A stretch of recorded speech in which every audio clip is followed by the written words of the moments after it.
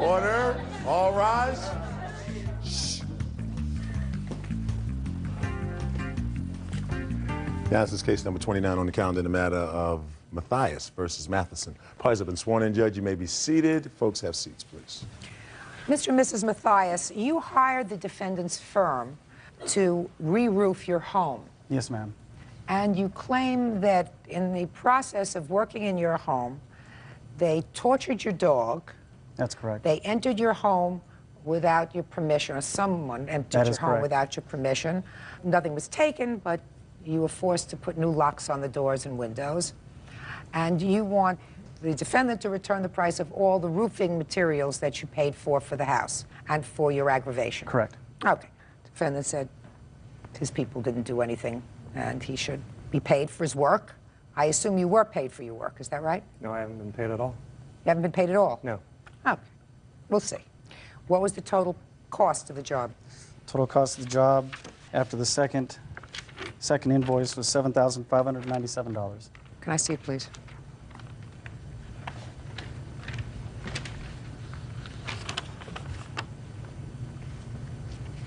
Did you give him any deposit? No, ma'am. So you gave him nothing? No. Did this price include the materials? Yes, ma'am. It did? Yes, it did.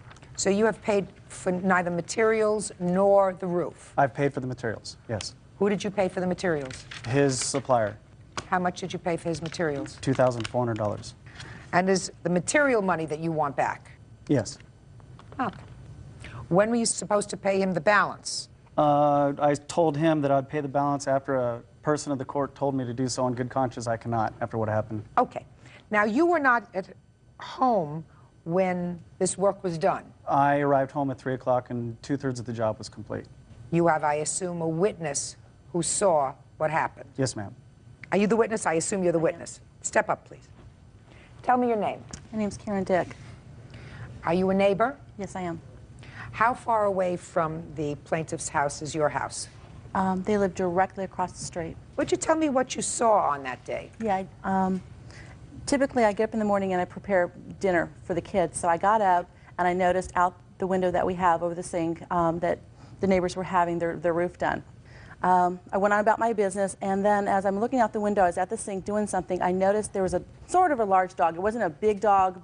It was tall, but it wasn't too big. I didn't really recognize it.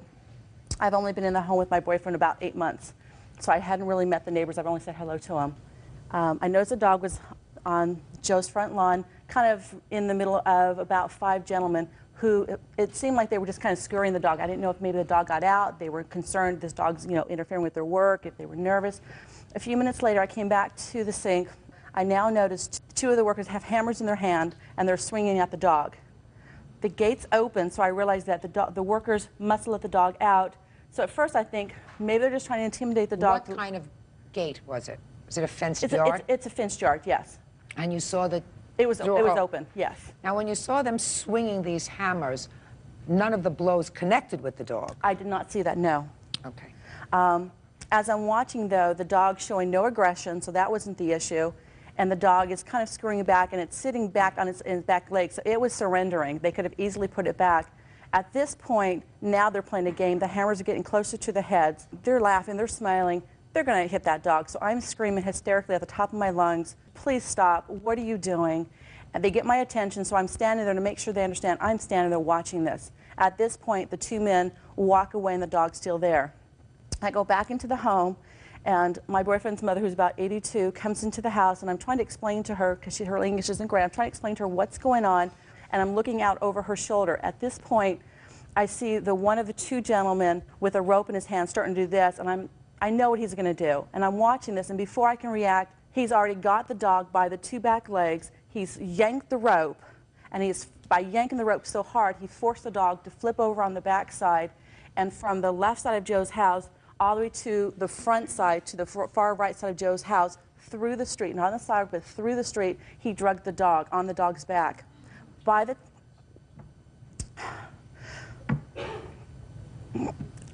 Okay, I'm sorry.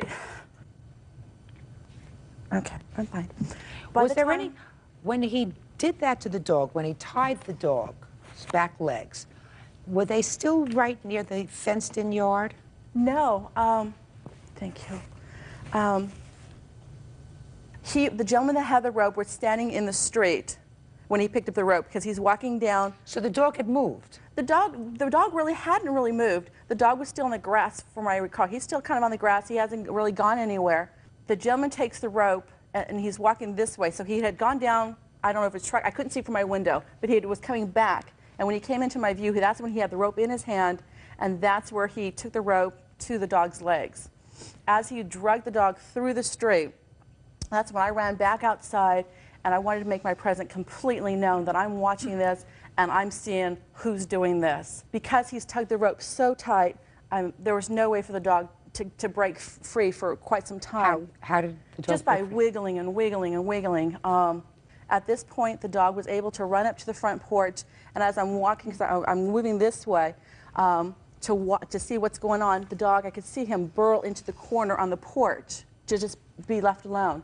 The gentleman who had the rope walks up and kind of goes down and starts going, trying to get the dog to be nice. And I'm thinking, if you've done all this to the dog and you're not scared of the dog at this point, how could anyone even conceivably say that you were just intimidated by this dog and that's why you did any of this to get the dog back in the backyard? There was no intimidation by this dog. So I'm just standing there. I'm not going to leave until I can see this dog put back in the backyard. Eventually, the man does sit there. He pets with the dog, and he picks the dog up, and he does eventually put the dog in the backyard, close the door. I go in the house, and I don't know what to do. Again, I don't know the neighbors that well.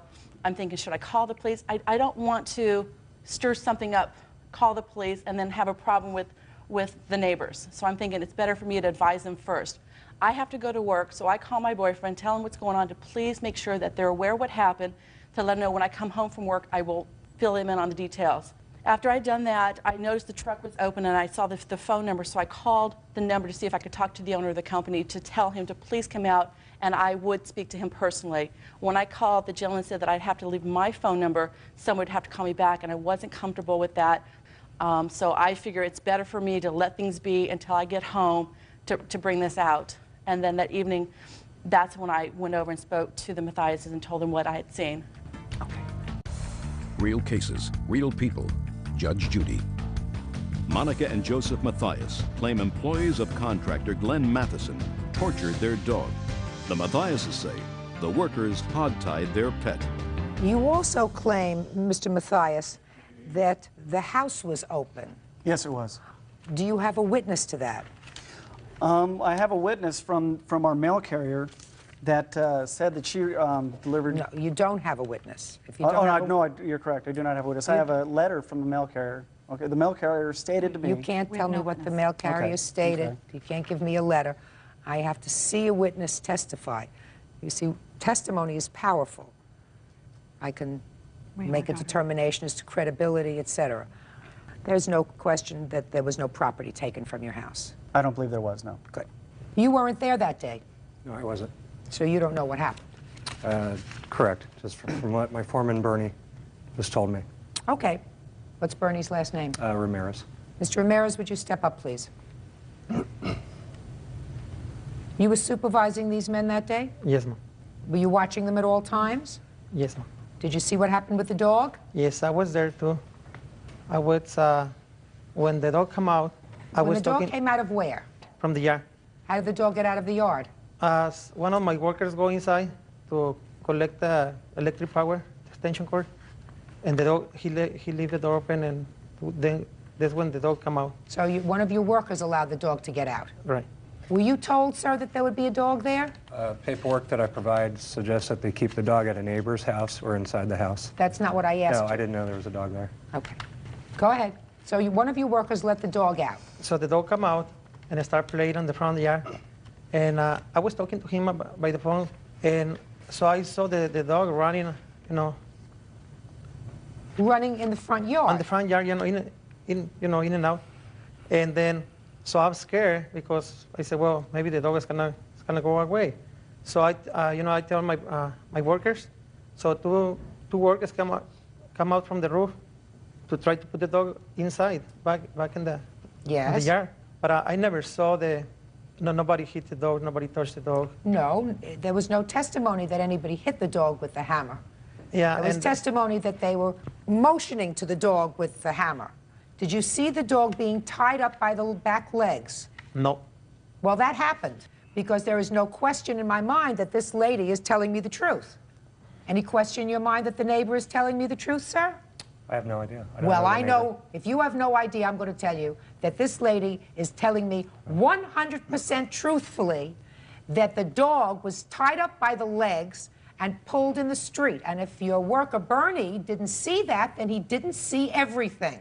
There isn't a reason in the world that this neighbor, who doesn't know these people from a hole in the wall, would come to court and lie for her and pick up the phone and call your company to tell your company. I've got records that she didn't call. Oh, I get a log of every call that comes into my office. that somebody records. Correct. So nobody recorded. Just a second. No, either name or number. They No. don't care. They'll record a message. She Whatever the wasn't message leaving her is. name and number. Correct. She left a message. I show no message. That's your problem. Well, it That's states, your problem. it states that she didn't call me. She called you. She didn't. Oh, yes, she did. I don't have record of it. Every call that But comes just into my because, office no, listen to me, gets sir. recorded. Listen to me carefully. Don't get defensive. You weren't there. Fortunately, you weren't responsible for this. But I can think of no reason why this woman, who is new to the neighborhood, would be so upset about what she saw to go outside, get the number from your truck, come inside, place a call, speak to somebody who said to her, according to her, which I believe 100%, leave me your number, somebody will call you back. She said, I'm not leaving my number, thank you very much, and she hangs up, and nobody records it in your log. She said that they took a message to get me out to the job site. No, that's not what she said. That's what you wanted to hear. That's what I What she thought. said was she wanted somebody to come to the job site, but they said to her, give me your name and your telephone number, and I'll have someone call you back. And she did not want to do that. But she requested to leave a message. That message would have been taken and recorded I didn't and say sent to me. Just to say, I heard what you said. Correct. You're not hearing what I'm saying? I'm hearing. I believe she called. I don't believe she called. Then that's your problem. Fortunately, I'm in charge. I don't know if Bernie is lying intentionally or if he didn't see everything or if he wasn't watching what was going on there. You think these people are trying to scam you out of a roof? I believe they're trying quite a bit. Yeah. Really? Yes. No, no, no, no, no, no, no. I think that the men that you hired did not do the right thing that day, and they were very angry. Whether or not it translates into them suing you for $5,000, I don't know.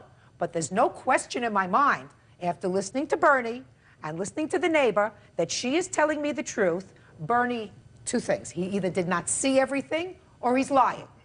Because he did not put the I've dog never back known- in the pen. I've never known He Bernie did to not lie. put the dog back in the pen, Bernie.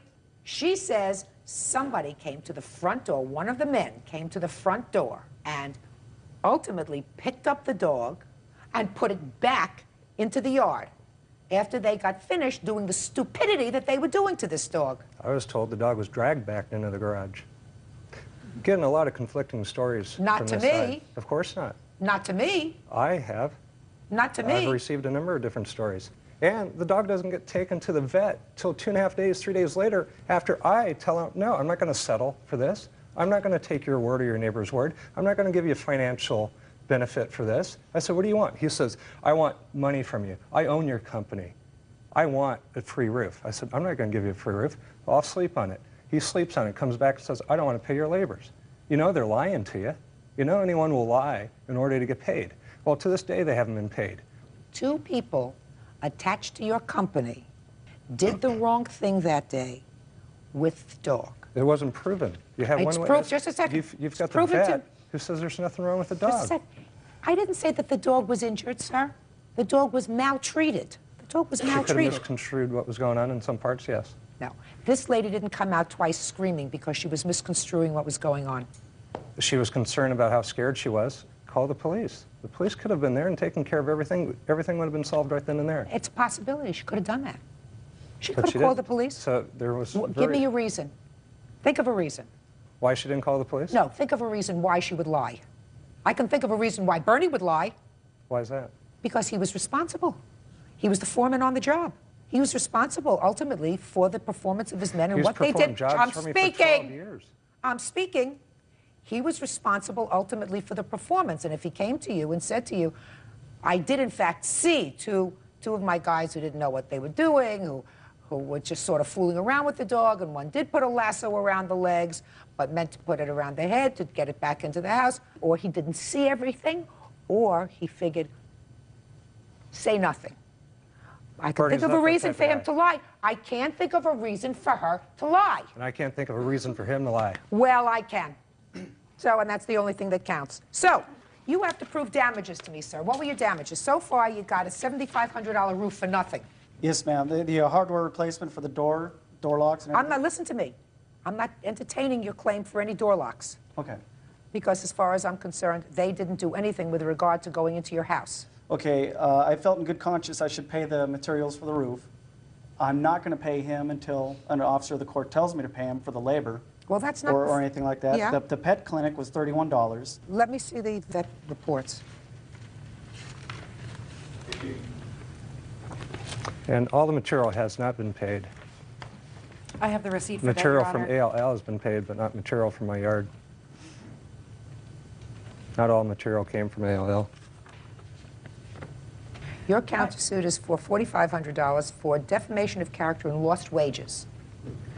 The defamation of character, I assume, has to do with these people saying things about your business. Correct. Contacting the Better Business Bureau, threatening to contact the newspaper, and degrading my company. They are entitled to do that. Your Honor, he's also put a lien on my house, I believe. I have every right to lien the house. I haven't been paid for You're a job. absolutely right. Is this lawsuit supposed to determine that? No. So then why am I hearing your countersuit? It's not for the lien on the house. Well, what is it for? It's for loss of wages for my men for the day, loss what of day? work, for today, for being here. For today? Correct. Forget it. Your counterclaim's dismissed. I believe that they have a perfectly valid claim against you because I believe that the people who represent your company did the wrong thing that day. First, they negligently let the dog out of the yard. That, at least, we know from Bernie. And after that, Bernie told them to go and take care of it. Then one of them dragged the dog across the property, not even the property, not even the grass, but into the street, With in no the gravel. damages to the dog. Quiet in the courtroom, please. Yes, this is case number 202 on the calendar in the matter of Longs versus Scroggins Body. Parties have been sworn in. Judge, you may be seated. Folks, have seats, please.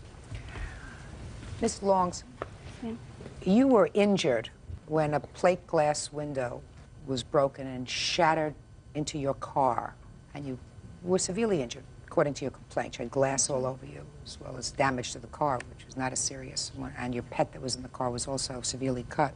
And it is your claim that the defendant's son is responsible for that, and you want him to pay your medical bills, pain and suffering, damage to the car.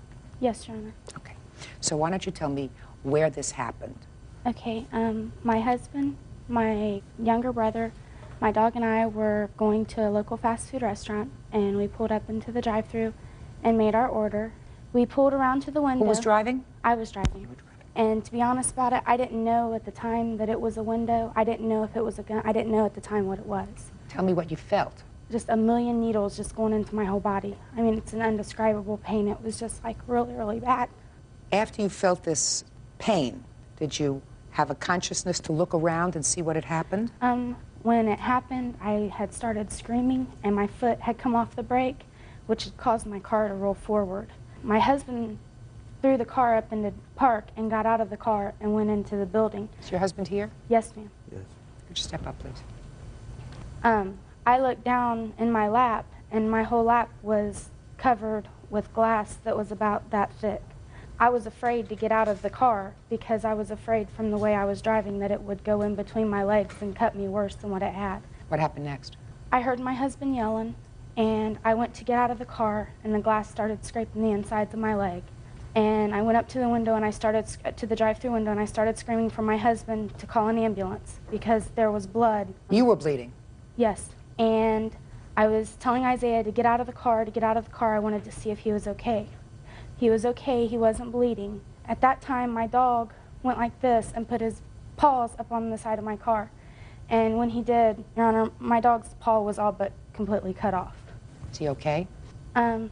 Were they able to save his paw? Yes. We couldn't let him, lick at it or get anything on it. and they give him antibiotics. But he's home with you. No, ma'am.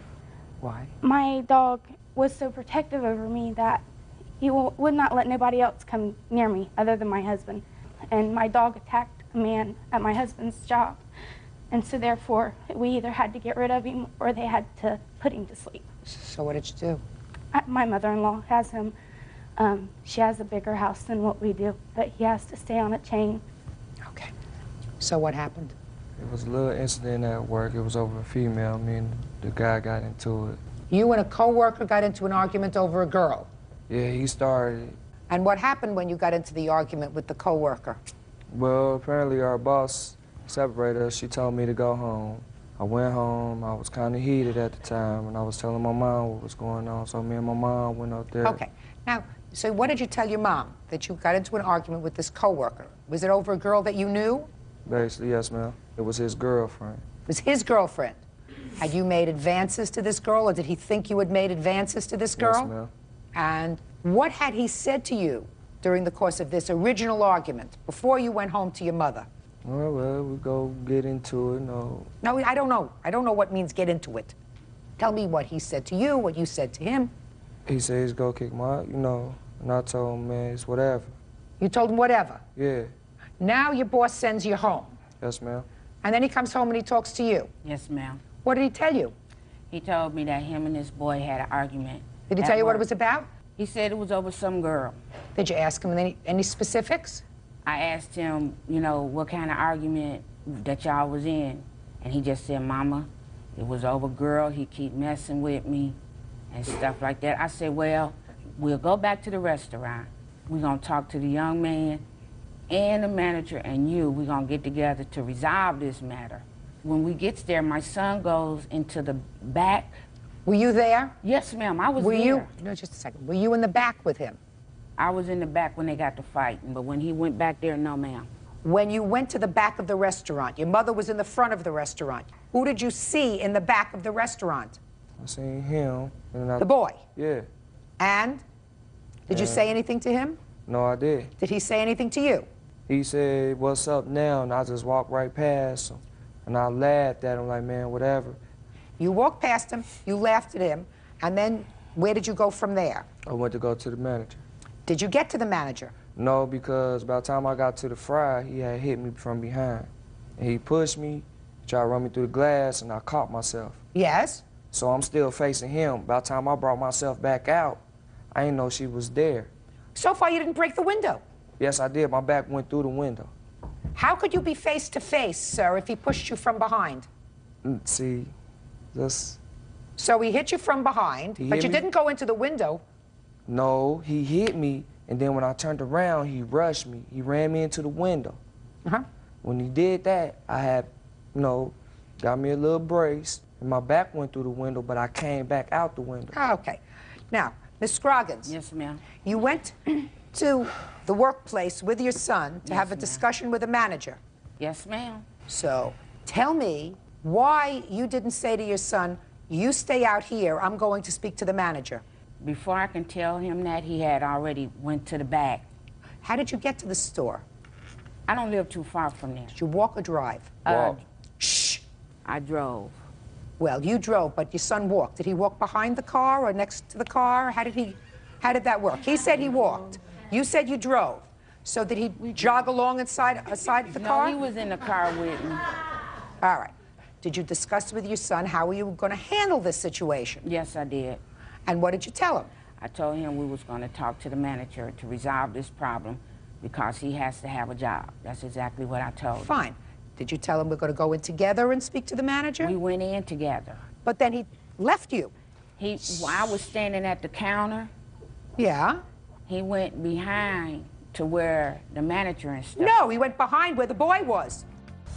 Real cases, real people. Judge Judy. Shirley Long says she was in a fast food drive-thru when worker Paul Body broke the restaurant's window during a fight. Shirley says the shattered glass injured her and her dog. Where's the other boy? He is currently in jail. For what? I have no idea. I had to put cases against both of them, and the one was never signed because he is currently in Montgomery County Jail. Okay. Can I see your bills, please?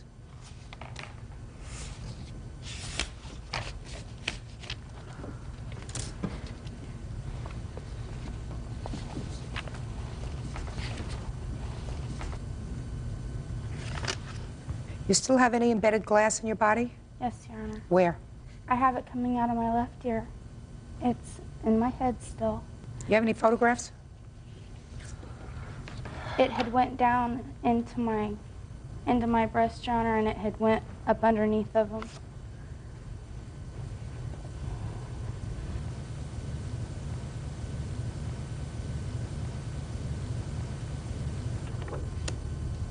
Okay. I don't have to see any more bills. Okay. Miss Scroggins. Yes, ma'am. You handled this matter all wrong.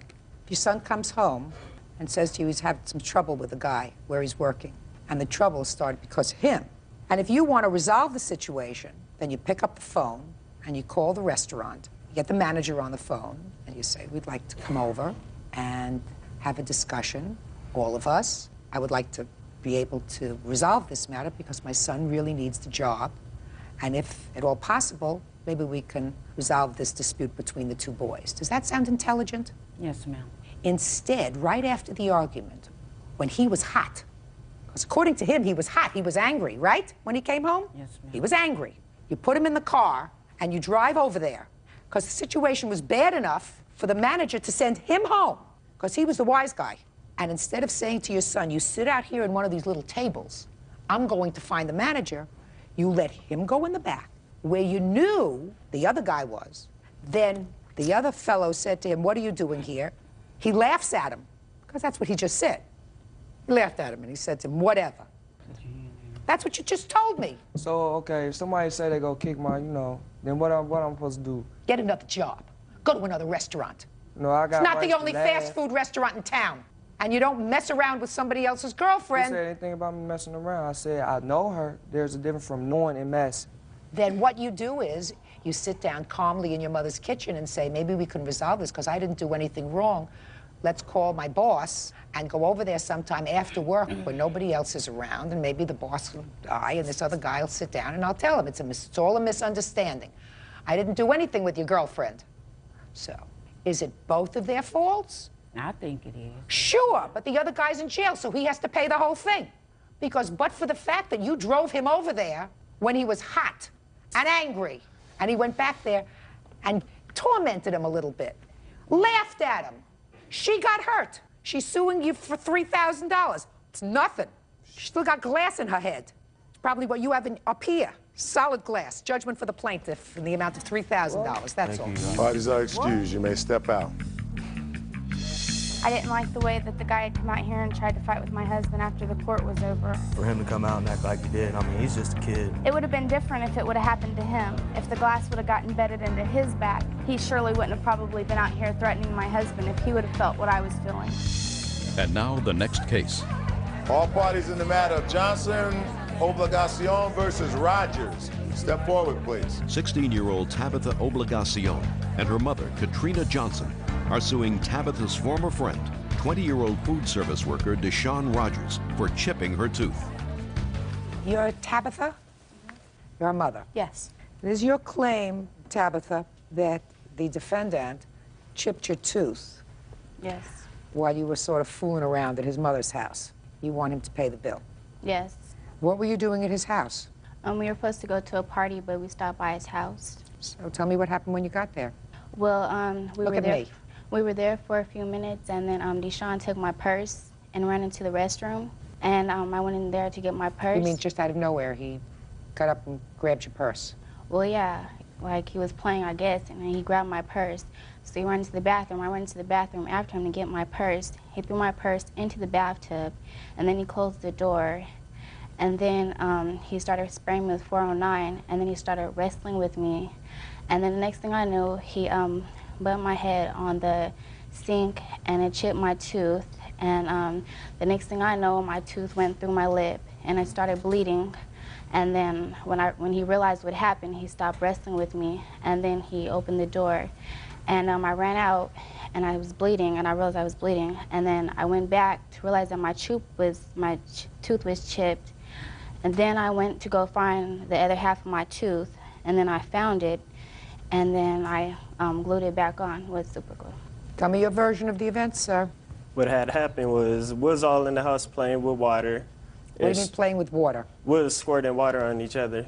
And what she did was she reached under the counter, she got my mom's spray. It's wood grain spray. So she ran in the bathroom, was playing around. She sprayed it in my eyes. So I walked out the bathroom, and I walked in the living room where everybody else was sitting, and that's when she ran out afterwards. And I ran outside after. I said, "What's wrong, Tabitha?" She said, "I chipped my tooth on your counter." I said, "How'd that happen?" She said, "I slipped when I was spraying the spray." Tabitha, you left out the fact that you were all sort of fooling around with water. We weren't fooling around with water. Were you fooling around with anything? No, he started spraying with 409, and I didn't have any 409 before that. I didn't ask you about the 409. I asked you about whether you were all sort of fooling around when you were in his house. You see why it didn't make sense to me that he would just go and grab your purse. From nothing. You were all sitting around waiting for him to change, and he just grabbed your purse and went in the bathroom. So you want to start this again and tell me what you were all doing in the house? Were you there? Step up. Tell me your name. Nicole. All right, Nicole. What was going on with the water? I didn't see that part because I was in the other room. What were you doing in the other room? Watching TV, waiting for them to get ready. So you don't know anything about any water? Well, I heard them yelling and stuff, but I didn't What see did you anything. hear? I heard her saying stop and let me out the bathroom and stuff like that. I want you to tell me what happened when you saw her for the first time after she came out of the bathroom. She was holding her mouth, and she pulled me into the backyard, and she told me what happened. What did she tell you happened? She said that she chipped her tooth while she was horseplaying with him. Horseplay. Is that what she said? Is that what she said? Yes. That's what I figured.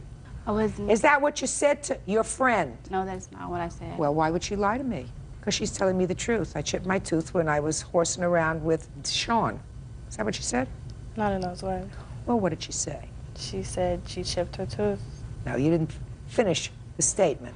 Well, that's what I remember now. You told me no less than 60 seconds ago that you came outside and she said, I chipped my tooth when I was horsing around with Deshaun. Now you're telling me that was a mistake? Yes. Sit down. Now, you want to get back to how were you fooling around with Deshaun? Well, he got up and took my purse and ran into the bathroom, threw my purse into the bathtub, and then closed the door. So I couldn't get out anyways. So you had followed him into the bathroom? Yeah, because he took my purse because I didn't want him looking through it. Were you laughing? Was I laughing? Yeah, with him. It wasn't a laughing matter. No, I'm asking you a question. At that point, were you sort of joking around, giving my purse? No, because he took my purse, and that wasn't funny to me. Something doesn't ring true here. Did you ever date him? No.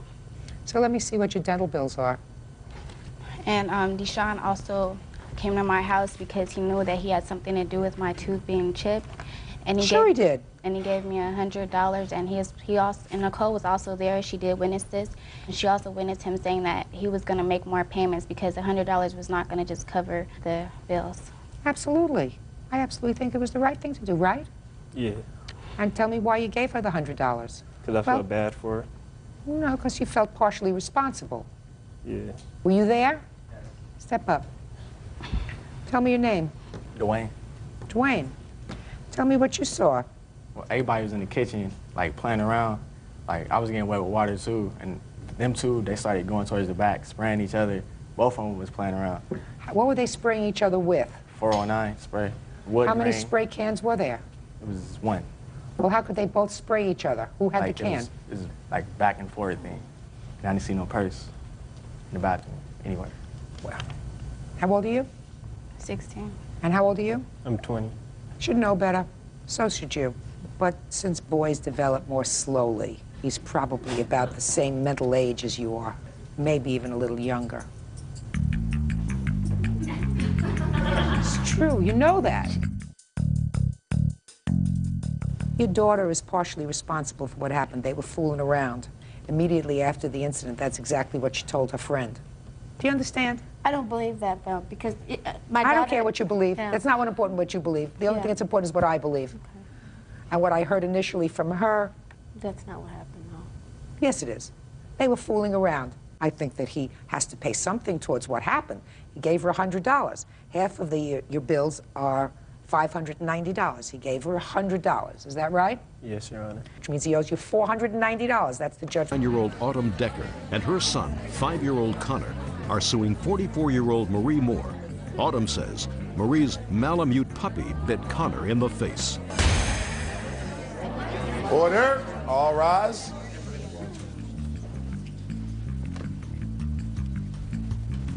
Yeah, this is case number 261 on the calendar in the matter of Decker versus Moore. Parties have been sworn in, Judge. You may be seated. Folks, have seats, please. Mrs. Decker, the defendant's dog bit your son on the face. Yes. The defendant does not deny that her dog bit your son, but her defense is that you failed to supervise your son, and that's really why he was bitten. Is that right? Yes. Okay. When did this happen? On September 9th. Where were you? We were at Riverside Park in Grand Rapids at a Indian powwow. How large is this powwow? How many people attend the powwow? A couple hundred. Was it crowded? Fairly. What time did it happen? Approximately between 3 and 3:30 in the afternoon. Where was your son? We had gotten back with food and he was about 5 feet behind me. We were sitting in the booth. What booth? My friend's stepfather owns a jewelry booth and then her mother has a candy booth and we were with them. Who was watching your son? He was amongst all the other kids. How many other kids? 4. You didn't see this attack? No. How old is he? 5. Is he smart 5? Yeah. Okay. What's your name? Connor. Connor. Connor, would you come and sit up here for me? Because I can't see you over that high table. Can you get up there? Here we go. Hi, Connor. Do you know who I am? You know what Judge Judy. Right. Do you know what my job is? Do you know that you're in a court? Do you know what happens in a court? Did your mom tell you? No. Well, let me tell you. In a court, 2 people have a disagreement, and I'm supposed to make a decision as to who's right and who's wrong. You understand that? So it's very important that the people who tell me things in court tell me only the truth. Mm-hmm. You know what the truth is? Yeah. People tell the truth. Hopefully, they always tell the truth. Do you always tell the truth? Do you remember when you were at the powwow in Riverside Park? Remember that day? Do you remember the day you got bitten by the dog? Yeah, it did. It did what? Bit me right here. Do you remember what the dog looked like? Don't remember. That's maybe a good thing. He does. Was it a big dog or a little dog, Connor? Big. Did you go up to the dog to pet it? Yeah. And what happened when you went up to the dog to pet it? Her asked me if I wanted to pet it, and I said yes. And Who asked you? the lady, and I said yeah, and I said it to pet it, and it bit me. So the lady asked you if you wanted to pet it. Did any of the other children want to pet the dog? Shane did, and it didn't bit him. It didn't. Show me where the dog bit you, Connor. Right here, and you can't really see that one. Did the lady who had the dog help you after the dog bit you? Who came to help you? My mom. Okay. All right, Connor, you can go and sit down over there. Okay. What happened immediately after your son was bitten? When I heard him scream, I got up. I had put my food down, turned around. Somebody was holding him. I don't know if it was the defendant or my friend's mother. I wasn't even paying attention. I immediately grabbed him. Somebody was handing me paper towel, and I was going for first aid. And I saw out of the corner of my eye the defendants headed towards the parking lot with the dog. What kind of dog was it? A white Malamute. That's a pretty big dog. Yes. Connor went to the hospital? Yes. And what happened at the hospital? We waited for approximately 5 hours, and then they sedated him and gave him 9 stitches in the face. Did you have consultations with plastic surgeons with regard to the scar on his face? They do not want to see him until the scars are at least 6 months old. Now I'll hear your version of the story. We were at the Indian powwow the 9th of September. My friend Wolf Runner and his wife had booths. There are thousands of people there. It's a very large Indian gathering. So it's very crowded? Very, very noisy. A lot of people coming and going. We were behind his booth. The 3 children that were together, my friend Wolf Runner introduced to me as his grandchildren. Connor being one of them, and the other boy being another, and there was one other. I don't know his name. There were a lot of other dogs there? Quite a few, on leashes, just like mine. We kept mine by the booth. The little boy, brother, had pet the dog. I was sitting right there. The dog was on his haunches, sitting. Not a problem. We were very careful. He is a big puppy. He's still a puppy. How old is he? He's a 1.5 years old. I have pictures. I'd like to see the picture. Okay.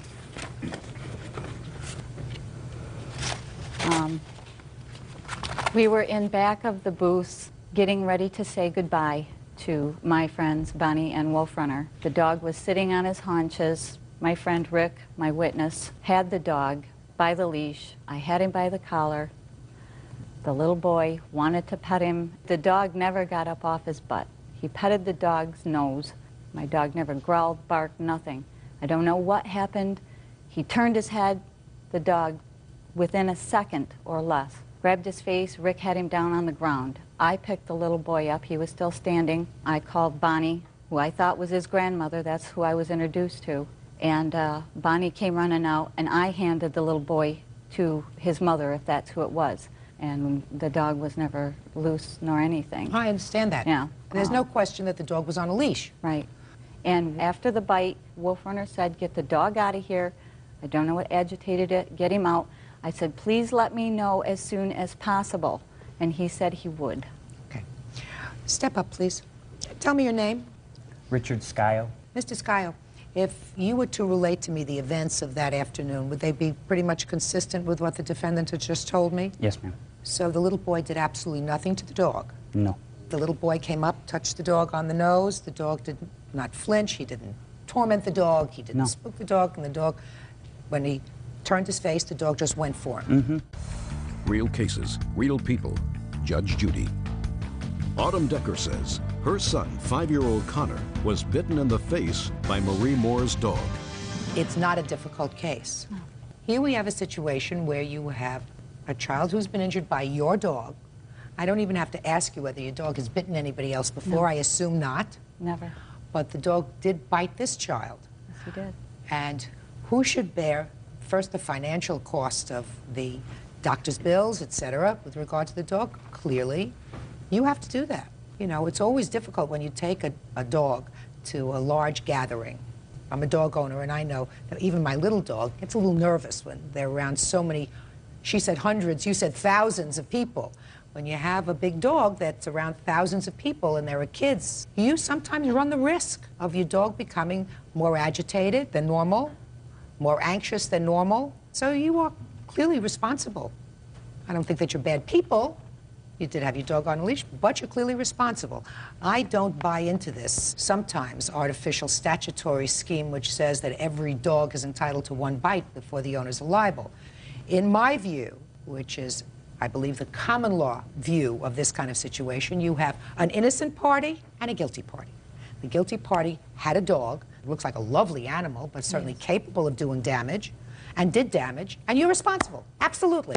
Your request for judgment is for $3,000, which I assume includes your medical bills and whatever plastic surgery Connor is going to have to fix that scar on his face. Judgment for the plaintiff in the amount of $3,000, that's all. Parties are excused. You may step out. He filed enough papers in our county that they came to my home and took my dog and killed him. Any dog that bites, especially a child, should automatically be euthanized after the quarantine. The lady asked me if I wanted to pet it, and I said, yeah, and I came up to pet it, and it bit me. And now the next case. All parties on Punterero versus Peach. Step forward, please. 22-year-old student Corinne Punterero is suing her ex-roommate, 22-year-old student Rebecca Peach, for breaking a lease. Rebecca says she moved out because she needed gallbladder surgery. Ms. Pontuero, according to your complaint, you and the defendant know each other from college, and you had decided to room together for this coming year. Yes. When did you sign the lease? Last year. What month? I believe it was in April. And at some time, about a month later, the defendant decided that she did not want to live with you, and you've had to move into this rental by yourself. You want her to pay her share of the year's rent. Yes, it's a 3-bedroom apartment. There's me and one other housemate. And with her not living there, we're responsible for her rent. our landlord is now taking us to court for her part of the rent.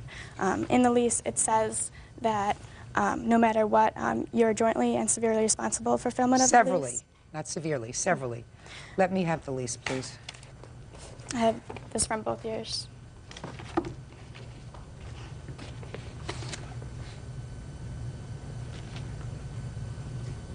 Okay.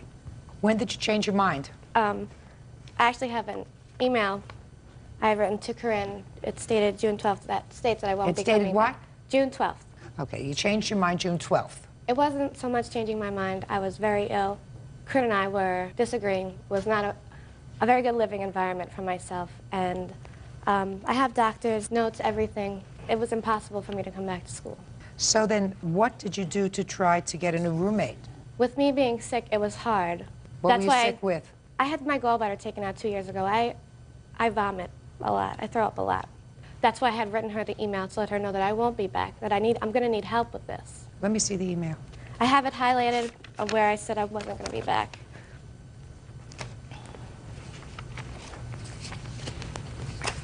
You were all supposed to move in on the end of August. Is that right?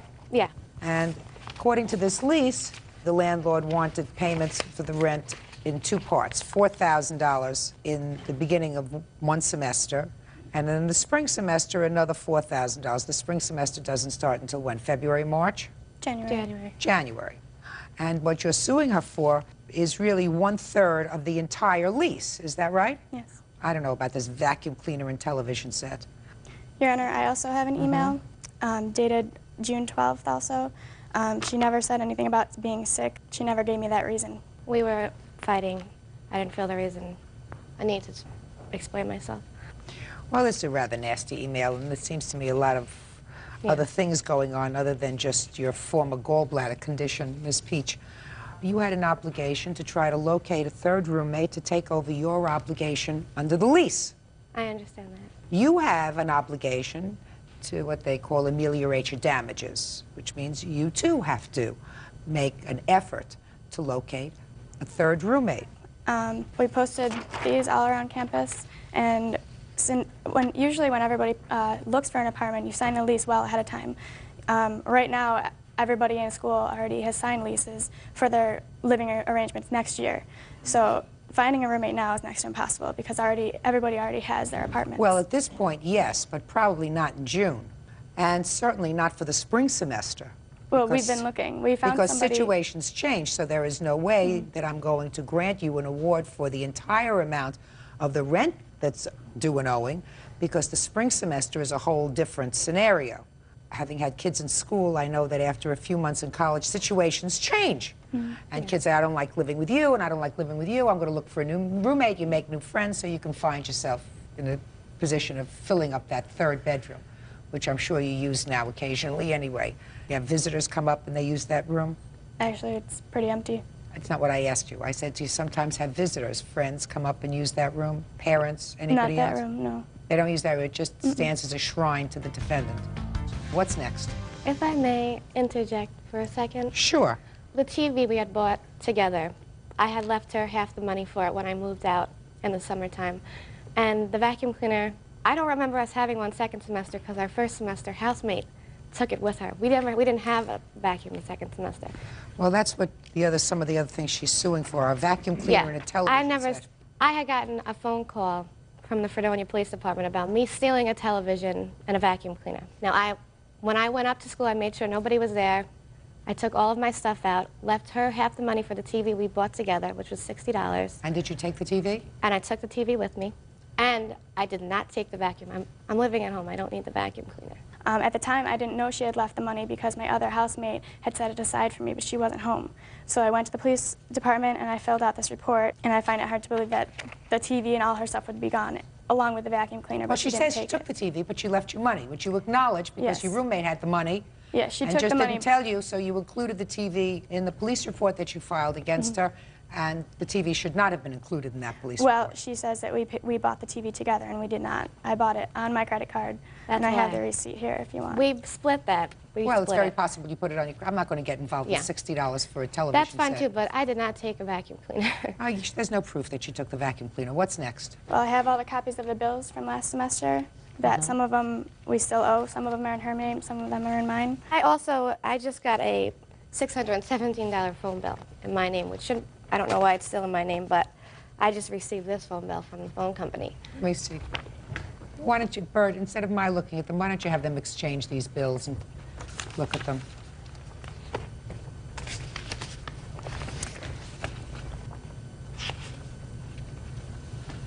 Your Honor, I acknowledge these bills. Good. What I want to say is that I never received them to pay them. Okay, so there are $624.17 in bills that she says that you owe from last semester, and you got a phone bill for $600. And $17, yes. Right? Actually, all these numbers are her numbers. They're all in Long Island. They're all West Palm Beach. There's Buffalo and there Williamsville from her town. So well, I will be glad to go through them and find out which ones are mine, but the vast majority of them are from hers. Let me see.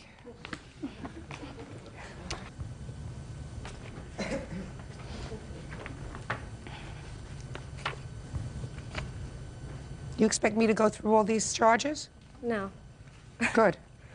Then step outside. Call you back in 5 minutes. Here, Bert, send them outside with this. Thank you.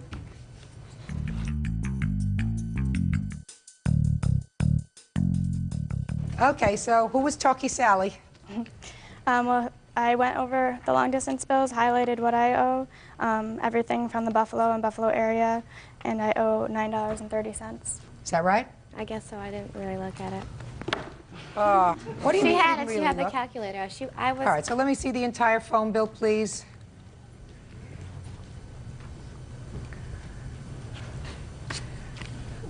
All right, Miss Peach. Yes. So from your phone bill of $617, the plaintiff owes you $9.30. That's fine. So it's a good lesson. Miss Peach, your lesson is as follows. How old are you? 22. If you're 22, you're an adult. When you're an adult and you enter into a contract, you are obligated to fulfill your contract. You're no longer a kid. But you have an obligation, too, to reduce your damages. You can't sit there with a 3-bedroom apartment and say, well, now I have a bedroom for myself, a bedroom for my roommate, and I got a whole area for storage. Don't play with paper when I'm talking to you. It's rude. So I believe that you are entitled to this semester's portion of her rent for the fall semester, because I agree with you that it could have been difficult in June to try to find a new roommate. That doesn't mean that I believe that you can't find somebody else for the spring semester. Now, that doesn't mean that you necessarily don't have a cause of action against her if, in the spring semester, after a good faith effort to locate another roommate, you're not able to locate another roommate. This award will cover this semester's rent, clear, plus your utility bills from last year. Judgment for the plaintiff in the amount of $1,948. Case number 134 on the calendar in the matter of Apolinario versus Matizone. Parties have been sworn in. Judge, you may be seated. Have a seat. You folks rented a room in your home to the defendant, correct? That's correct, Your Honor. And your complaint alleges that her little boy broke a computer? That's right. There's a very short piece about the computer in your complaint. And a very long piece about a piece of Tupperware that she took. Here they are. So, it says that you rented one of your master bedrooms in your home. Why did you decide to do that? For extra money, Your Honor. Did you put an ad in the paper? Yes, we put it in the ad in the papers. And she responded to the ad? She responded to the ad, and she seems to be a nice person. And on the first day, she told us, it looks like that she already knew us. She tell us a lot of stories about her problems, even the first meeting. So you decided to rent her a room? That's right. Yeah. And you were living there with your son? I was. How old is your son? He was 4.5. And when I responded to the ad, I talked to them. I wanted to meet them and see if I can trust them and everything like that. And they lied to me.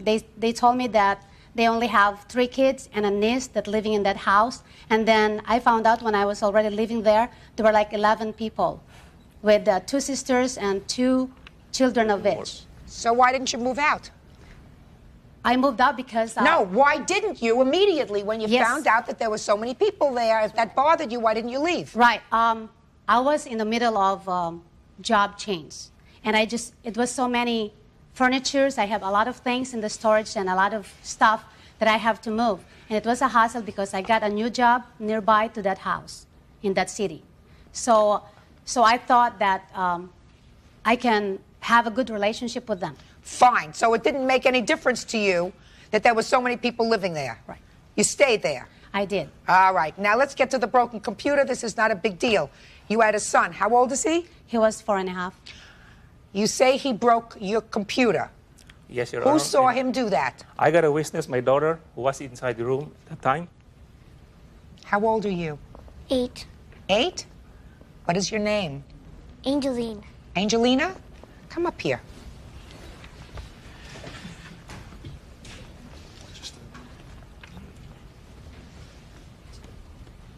Have a seat. Can you get up there? Sure you can. Hi. Hi. Did you go to school? Yeah. I have a few questions to ask you, okay? Because you're only 8 years old, so I have to find out whether I can swear you to take an oath in court. You're very pretty. Are you nervous? Oh. Don't be. What grade are you in school? Second, but I'm going to be in 3rd. Do you have a best friend in school? Yeah. Did you ever tell a fib? No. A lie? No. Did you ever tell a lie to your folks? To your mom, to your dad? Even a little one? No. Not even a little one? Yeah. When you told a little lie to your mom and dad, did you get punished? Yeah. Now, if I were to tell you that this was a duck, would that be the truth or a lie? Lie. Because it's what? About that. Now, Angelina, if I were to tell you that the judge, you know, that's me, right, is a young, beautiful woman, would that be the truth or a lie? Truth. Yes! Very smart little girl. Very smart little girl. Okay. Could you do me a favor, and I'm going to let you sit there. Can you raise your right hand? You know your right hand? Do you swear to tell the truth? Yeah. Okay. Do you know this lady's little boy? Yeah. What's his name? DJ. Did you see him do anything to the computer? Yeah. What did you see him do? He put the disk in the computer. And did something happen to the computer after he did that? Yeah, it broke. How do you know it broke, Angelina? Well, I didn't really check it, but my brother told me it was broken. Judge Judy continues in a moment. Listen to me. You're not going to waste my time with Tupperware that's worth $3. Not even. It's at my cost. It's only $1.65. And later today, all she could do was stand there and let him abuse me after 8 years of friendship. real cases, real people. Judge Judy. Marissa Madazan, a 34-year-old travel agent, says she should not be responsible for damage that Amante and Emma Apolinario say her son caused to their computer. Now, did you have a discussion with the defendant about this computer? Yes, Your Honor, and many times she agreed to repair it. She even called her friend to look at it. And all I was Did you do that? Yes, I tried, but I told them that I cannot accept it. But they are all over me and telling me that my son is the youngest, that he's the only one capable of destroying that computer. Yes, go ahead. She's a liar. No. She keeps on promising us, especially me. She told me before, after she moved out, after June 15, she went back to my house. And she said, I asked her, where is the parts that you want to buy for our computer? She said, oh, I already ordered it. I already ordered it, Did you and tell it's her my that? mind. That's Did my you tell responsibility. her that you had already That's ordered what the she said parts? to me. Shh. Did you tell? Listen to me. Did you tell her that you had ordered the parts for the computer? I said I will order it. Okay. Well, then you agreed to pay for it. How much were the parts? It's $100 something. Your Honor? Yes. I thought that the CD-ROM was the only defective, but it wasn't the CD-ROM that was defective. Sir, you didn't pay all that much money for the whole computer. I did. No, you didn't. What happened is, when they told me that the computer is broken, the computer is all over, it's torn apart. Bottom line is you agreed to pay for the parts. This is what I Period. said. You agreed to pay for the parts. Now, how much were the parts that you agreed to pay for? It's $125. Okay. Next, what's about this Tupperware? Tell me about the Tupperware. Can I just say something before No, that? tell me about the Tupperware. Okay. I'm getting frustrated. Wesley went on June 15. It was June 15. Yeah. June 15, she left the house, and then she went back. She left Sunday. She went back Wednesday, and me and my husband and my kids are there, supposed to be leaving, going to church. And she went by, and then Give she me the said, Tupperware, okay, please. the Tupperware. She's asking me about the Tupperware. I saw it in the garage. I told her, I never see any Tupperware of yours. What I know is... What is in the bag, madam? This is what happened. Before I left on Sunday... Is that the Tupperware that, yes, that you're wasting my time about? Could I Yes. see it, please? Here. Yeah, it's funny. Just a second. Whose Tupperware is that? Mine. Both items? Yes. And I have more other parts that were stolen from their garage. That's all I'm hearing. That's why I wanted to tell you the story. Before I left, I asked her permission if I can leave my boxes because I didn't have any more room in my car, that Just I a can second. pick them up. Which? Not interested in that. Which of these two items do you say is yours? All of those are mine. I have a receipt here that I have lots of Tupperware in my house. She bought my Tupperwares. I'm a dealer for less cost. Less cost of what I bought of my Tupperware. She bought. Oh, you're not going to listen to me. You're not going to waste my time with I got a Tupperware that's worth $3. I know, that's right. Not even. Not What? even. It's my cost. It's only $1.65. Fine. Would you give? You're giving it to her? Perfect. We've resolved the Tupperware. I have plenty. She bought all my Stop. Tupperwares. We've just resolved the I'm a dealer. Tupperware. Can I say something? About what? She come to my house and she got the Tupperware without my knowledge. Without I her told her knowledge. needs. I'm the owner of the house. Listen to me. Wow. She admitted. I couldn't believe when I read this complaint that there were 2 lines about a broken computer and 20 lines about Tupperware. I couldn't understand that. I still don't understand that. Because Must you be have a witness, very Your valuable Tupperware. Well, you Your now have Honor. it back. Quiet. Look, you have to pay them $125. Judgment in this case is for the plaintiff. That's all. Parties are excused. You may step out. And now the next case. Parties on Pinkham versus Crawford. Step forward, please. 26-year-old waitress Catherine Pinkham is suing her former friend and roommate, Chandra Crawford. Catherine claims she was kicked out of their apartment after getting into a fight with Chandra's fiancé. Okay, you two ladies were long-term friends, I gather. And there came a time when you were living at different parts of the country, but you decided to move to California. Correct? Yes.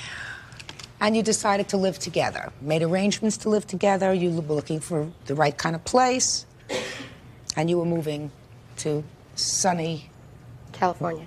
Right. But in the meantime, you found a boyfriend. Yes. Tom. Yes. So instead of being the 2 of you, it was going to be 3. You should have known right then and there. 2's company. 3's a crowd.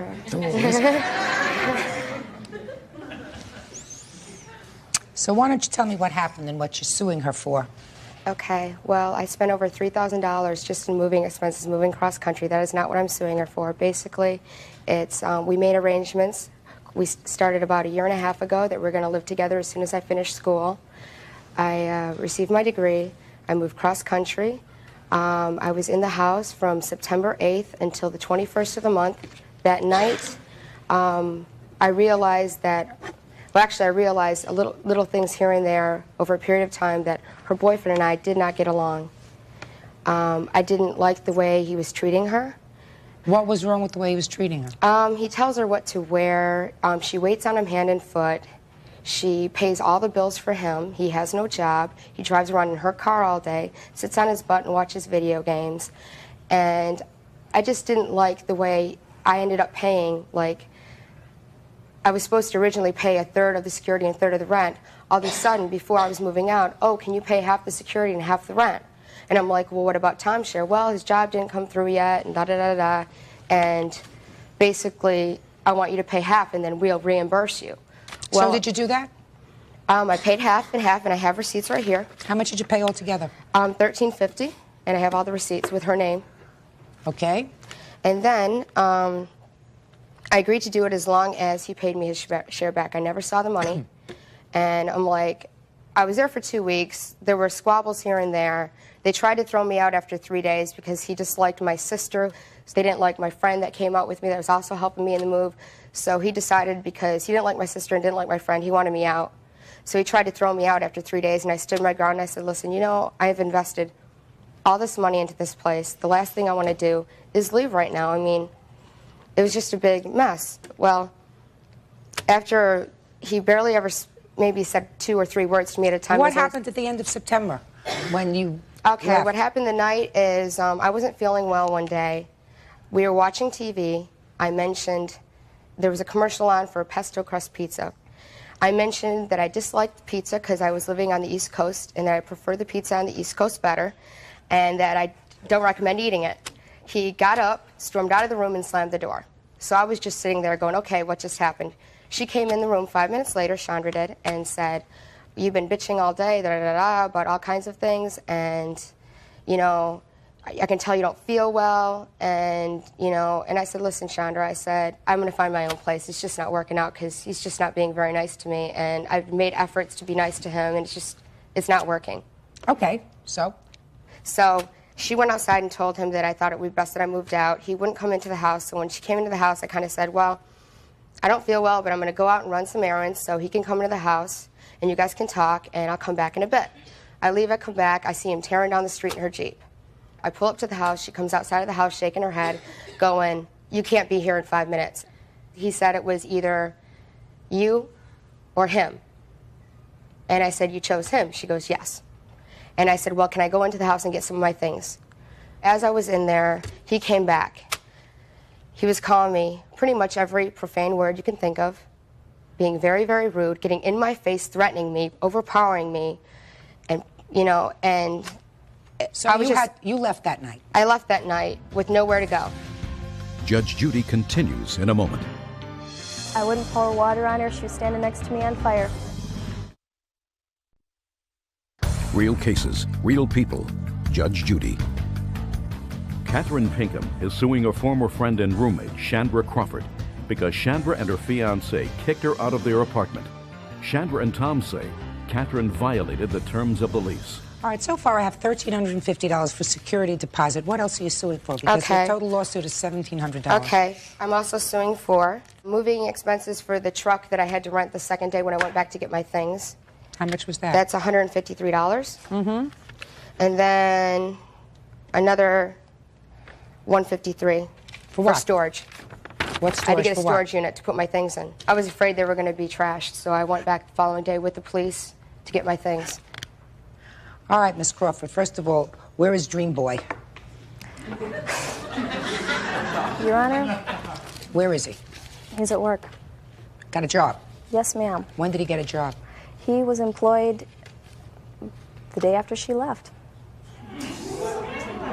She left on a Sunday. He went to work that Monday. Did he send her any money? The arrangements to pay her back was between her and I. So did you send her any money? I tried to contact her, Your Honor. She never returned my phone calls. She never, after September 29th was the last time I spoke to her on the phone when she called me at work. I said, call me next week, I will make arrangements. She never bothered calling me back. She never left me a forwarding address. I tried on 3 separate occasions. Did you feel badly about it? Yeah, I felt horrible. We were best friends for 8 years. I mean, honestly, I really did not know this was going to happen. Let me ask you this question. Tom clearly, when she was living there, was not employed and was home a good deal of the time, right? Yes, ma'am. How long was it that he wasn't employed full-time, that you were supporting him? Your Honor, I wasn't supporting him. Who but was? He had part-time work. Not when and she it was was about there. 3 months total. So it was but about I was 3 not months. supporting him. He was drawing off his savings. So he had savings? Yeah. So why didn't he put in the money for his share of the security deposit from his savings instead of asking a stranger for it? I asked her for it, Your Honor, because we were friends. But that's not fair. If you have a boyfriend who's got savings, why should you ask her to dip into her meager savings to pay for him? Did you know that Tom had savings? I did not know that. Did Tom know that you asked her for money? Yes, ma'am, he did. How old is he? 26. Does he have children? Yes, ma'am, he does. How many? 2. How did I know that? Do you have children? No, I don't. How old are you? 28. Mm-hmm. Where are Tom's children? His wife and he have joint custody. They're with their mother most of the time. Was he sending support for his children? Yes, he was. When he wasn't working? Yes, he was. He was drawing it out of his savings. I don't believe that.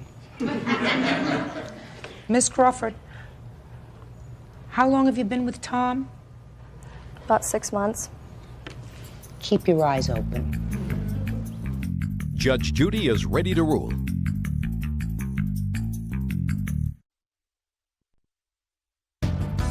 All right, there is no question.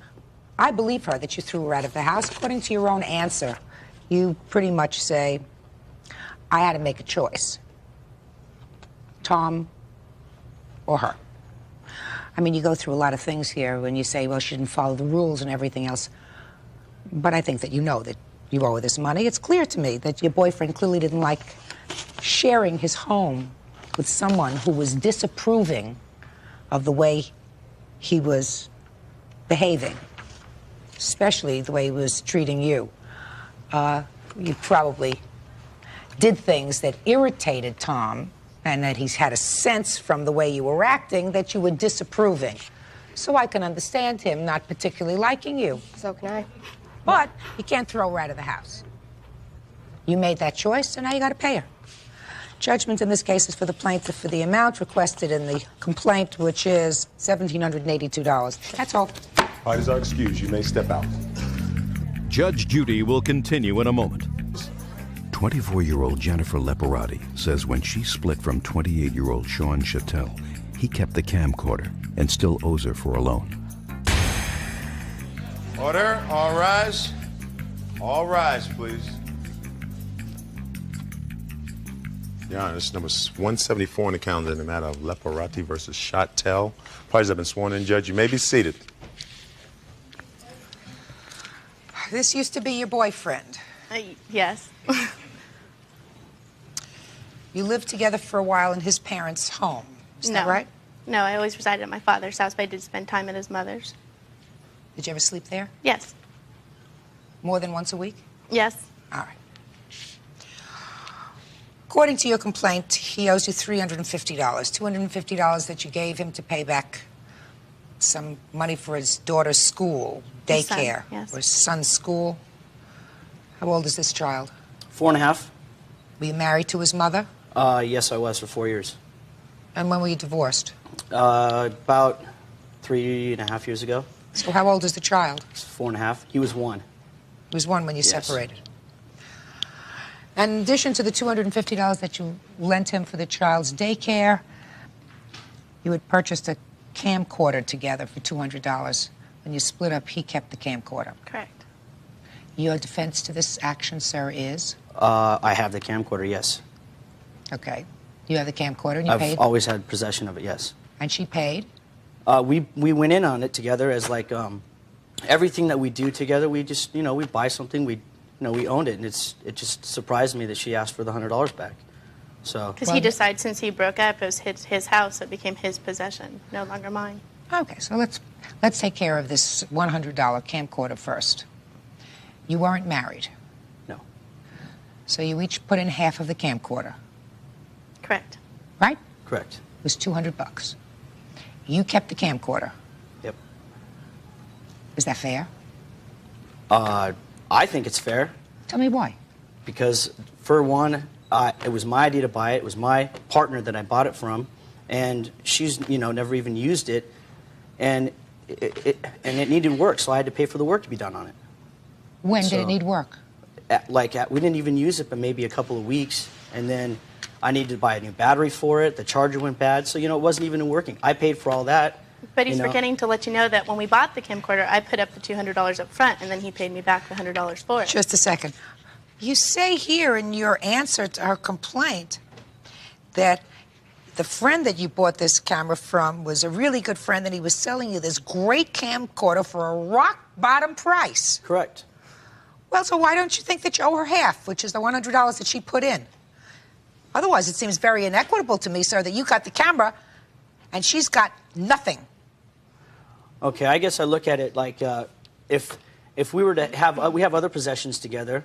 Say she bought me a skateboard. Am I supposed to give her half the skateboard money back because she bought it for a gift? This is not a gift, sir. I mean, don't you Everything understand the we difference? bought together was ours. This is not a gift. There's a difference between a gift and something you went into together. She put up the $200. You gave her $100 back. That means you bought this as a joint item.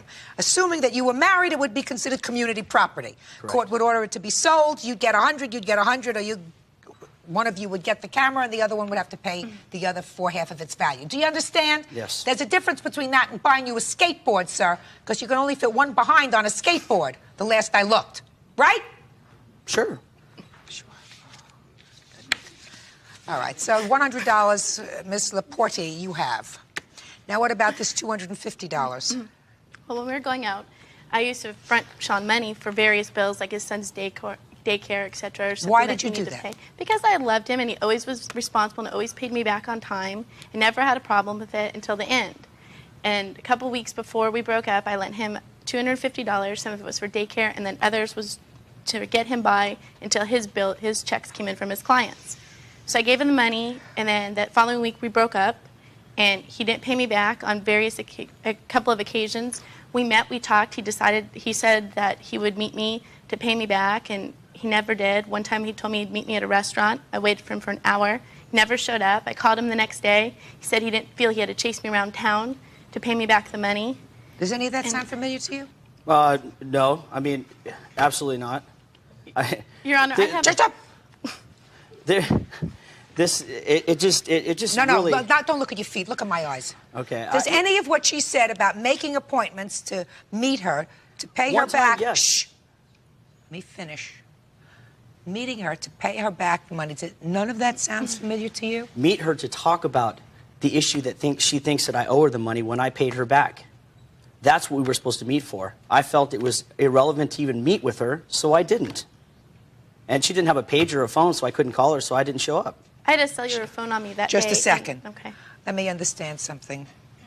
Are you telling me, sir, that you behaved in an unchivalrous manner by making an appointment to meet her to discuss something and then decided that you didn't feel as if you had anything to discuss, and then you didn't show up? Said, yes. And then you didn't show up? Is I that right? get a Is that hold what of you're her. telling me? Yes, I did. Good. Judgment in this case is for the plaintiff. $350. Thank you very much. Parties are excused. You may step out.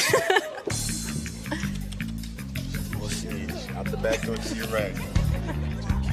I'm happy he got what he deserves. He gets away with everything, and I didn't want him to get away with it. I don't get away with it. What are you talking about? Explain yourself. Mommy bills you out of Oh, this. Grandma give me a bills you break. out of this. Give me a Okay. break. You know it's true. I know it's true. And now the next case. Parties on Ambrose versus Moronian. Step forward, please. 27-year-old actress Melinda Joyce Ambrose says hairdresser Anita Moronian made her hair turn green. Anita says somebody else botched the job. Ms. Ambrose, you are dissatisfied with the defendant's services that she performed for you as a hairdresser. Yes. And not only, according to your complaint, do you want to be compensated by having her return the money that was paid, but you also want her to pay for, let's see, $600 for what it cost you to repair your hair, another $1,000 or so for you to take new headshots because you're an actress. Yes. This better be good. Go. Okay. I have a picture of what my hair... I've been growing out my hair for 2 years. I went to expensive salons to have them take care of my hair. Anita is a relatively expensive... She works at a relatively expensive salon. I had been seeing her for at least 7 months. I have a picture of what my hair looked like before she went and permed it. It's bleached hair. And I had put some temporary color in my hair. Just a second. Let's stop. You sort of glossed over that. So you put some color in your hair. Yes. And then when did you call her after you had put the color in your hair? The morning after, and I told them what I told her boss, and then I told her exactly spoke to her. what I put in my hair. Yes. Yes. And she said what? That it was still safe to perm it and color correct it. Judge Judy continues in a moment. You want to tell me how horrible your wife looked? Her hair, after coming back from the salon, was very bad. It was very frizzy. It was very damaged. It was orange and green.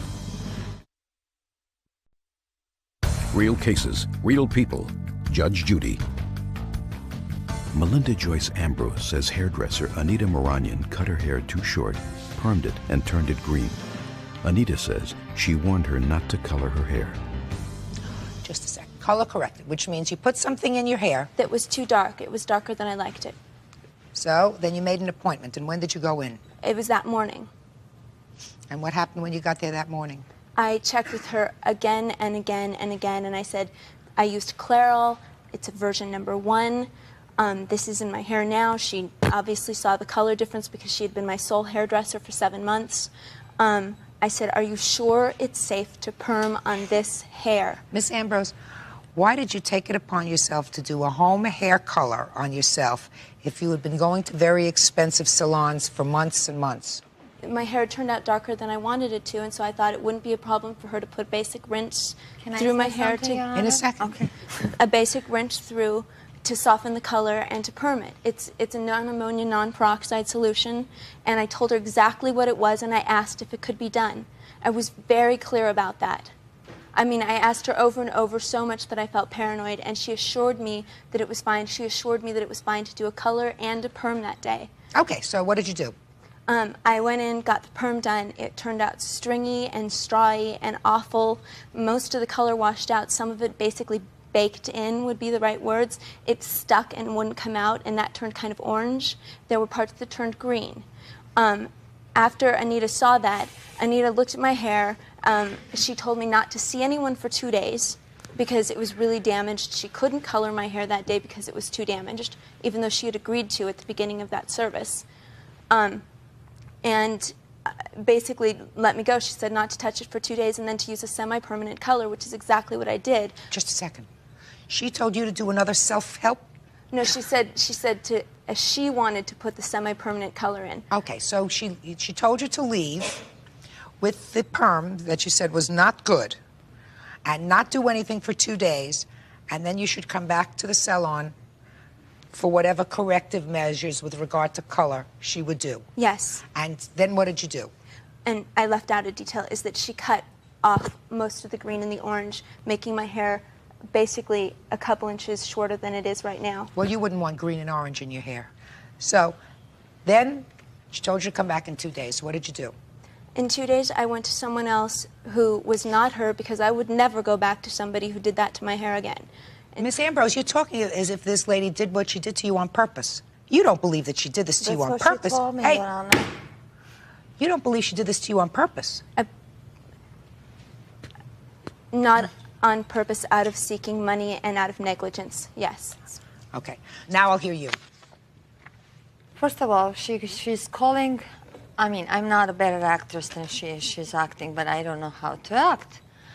So she called the salon around 2 o'clock in the morning, left a message. I mean, this is not a normal hours. 2 o'clock in the morning? This is before you worked on She her? brought me in my day Listen off to me. do Listen her to me. hair. Stop talking. Listen to me. Right. Well, I want to know about when you started to do work on her. Not with this perm. She called that morning. It's my day off. She begged them to call me and have me to go and do her hair. In my day off, I went to do her hair. Tried to do a favor to her, and she's telling me negligently. Just a second. What happened when you got to the salon? She came in the salon. I came in my day off. I did her hair, what I had to do. What did you do? I permed her hair. What kind of a discussion did you have before you permed her hair? I mentioned to her, I said, every time you have a chemical process, anything happens, your ends might little damage. And it's very possible with the perms. It's always possible. Did you tell her that? Yes, I did. She just said ends might have a little damage. That's like not 3 inches. Your Honor, can I continue? Yes, continue. So I did her perm, but when she came, she had already green hair on her hair. Every time you have a perm, your hair shrinks because it's curly. Of course, that's, you don't have to be a physicist to figure that out. I didn't chop her, I didn't shorten it 3 inches. It's already, when you perm the hair, it's by himself, it shrinks. So when you cut off the ends? I cut off the ends. And you told her to come back? And I told her, I said, I cannot color your hair because she wanted me to color it. I said, come back in 2 days because a perm needs to oxidize the neutralizer has to oxidize on the hair too, between 24 to 36 hours. So I told her when she come back, I can put semi-permanent color. Since that day, I never seen her. Judge Judy continues in a moment. I knew from the first day I met you, you are a weirdo. There's something wrong about you. Thank you. Real cases, real people. Judge Judy. Actress Melinda Joyce Ambrose says that she could not go on auditions after hairdresser Anita Moranyan ruined her hair.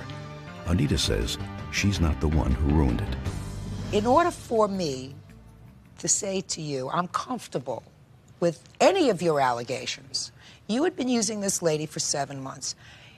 You put your own process on your hair, which you know if you're a smart lady, and you rely on your looks to make a living that you shouldn't have done. Clearly, because you didn't like the result of what you did, you called her. She came into work on her day off to do your hair to perm it, right? Apparently, right? yes. Apparently, yes. So I assume that when you called, you were hysterical, that your hair was too dark, and that somebody could please come in and do your hair. I doubt I was hysterical. My problem is, you'd been using this lady for color. Yes. You started a process that you hadn't used before. You were going to get a perm. A perm was going to change your appearance because it was going to make your hair curly instead of glorious and straight. Yes. All right, so that you were going to do anyway, which would have required, if I read your complaint correctly, additional headshots, because then if you had curly hair, it's different from straight hair. It's also shorter hair. That's why I only asked for 2, because in the year that it's going to take me to grow my hair out back to there, I'm assuming 1 headshot session would have had to have happened anyways. But I lost all the headshots that I had. I can't use them now. I can't ever use them again. And I'm going to have more than that done So in then this you next year. You learn 2 things. A, you should let a professional colorist do your hair if you rely on something. B, if you decide to have 3 processes on your hair, you risk your hair turning orange and green. Your Honor, can I ask you to please understand Sure. one thing? Sure. And also, I'd like you to hear from my husband, if that would be possible. What does he want to tell me? How horrible it looked right after she did it, because he saw it. Oh, sure, I'll hear you. I'll hear you. Step up, sir. Your name? Nick Ambrose. You want to tell me how horrible your wife looked? Her hair, after coming back from the salon, was very bad. It was very frizzy. It was very damaged. It was orange and green. And I know how careful she is about her hair, and how she was very, very, very insistent that she told what was on the box of the actual label of the box of the dye she put on the day before, so that the person who was doing it would know exactly what was there and would be able to judge whether they could do a safe process or not. What do you do for a living? I'm a software engineer. Let me ask you this question, sir. If somebody has a computer and they take their computer and they try, and doesn't seem to be working right, and they have a guarantee that goes with the computer, and they decide, well, they think that they could fix this computer, so they take a toothbrush and a toilet plunger. Say, I could fix this computer. I'm going to stick in the toilet plunger. I'm going to roto-root this computer, right? And then the computer doesn't work, and they bring it to you, and they say, hey, I got a guarantee here.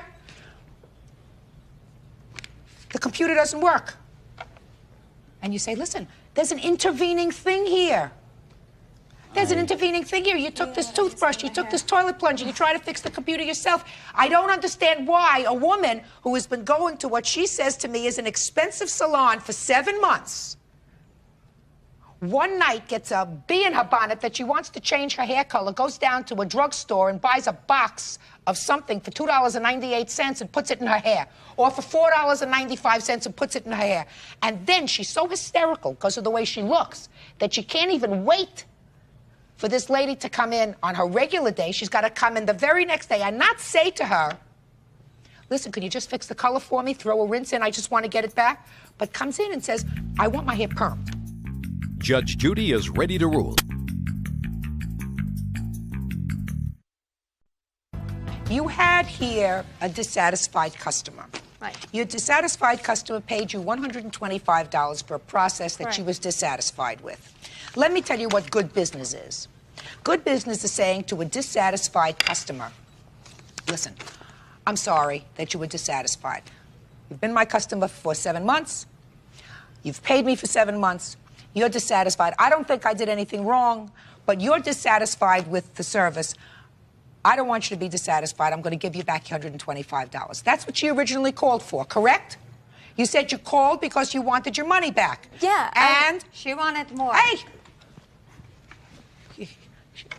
Some people are so stupid, they just don't understand. Just You said you wanted your money back. Yes. And if they had given you your money back, this matter would have been closed. If it had happened right away, yes. Good. Now it's right away. It's not right away. It's right away to me, madam. I'm giving you your money back, $125. It's more than I think that you deserve. I think that you contributed in part to having your hair damaged. You can't do one process, another process, a perm, and then a color to your hair and expect your hair to be as pristine as it is in this picture. Your Honor, didn't she have a responsibility to tell me that before she did the process? I believe that she told you that you were going to have damage to your hair. The fact that you didn't want to hear it is your problem. Judgment for the plaintiff in the amount of $125, period. End of case. Parties are excused. You may step out. Judge Judy versus Davis. Step forward, please. 23-year-old printer Rolanda Davis says she loaned her car to neighbor Rhonda Davis, and it came back damaged. Rhonda claims in her countersuit she owes her money for a missing gold ring. Order. All rise.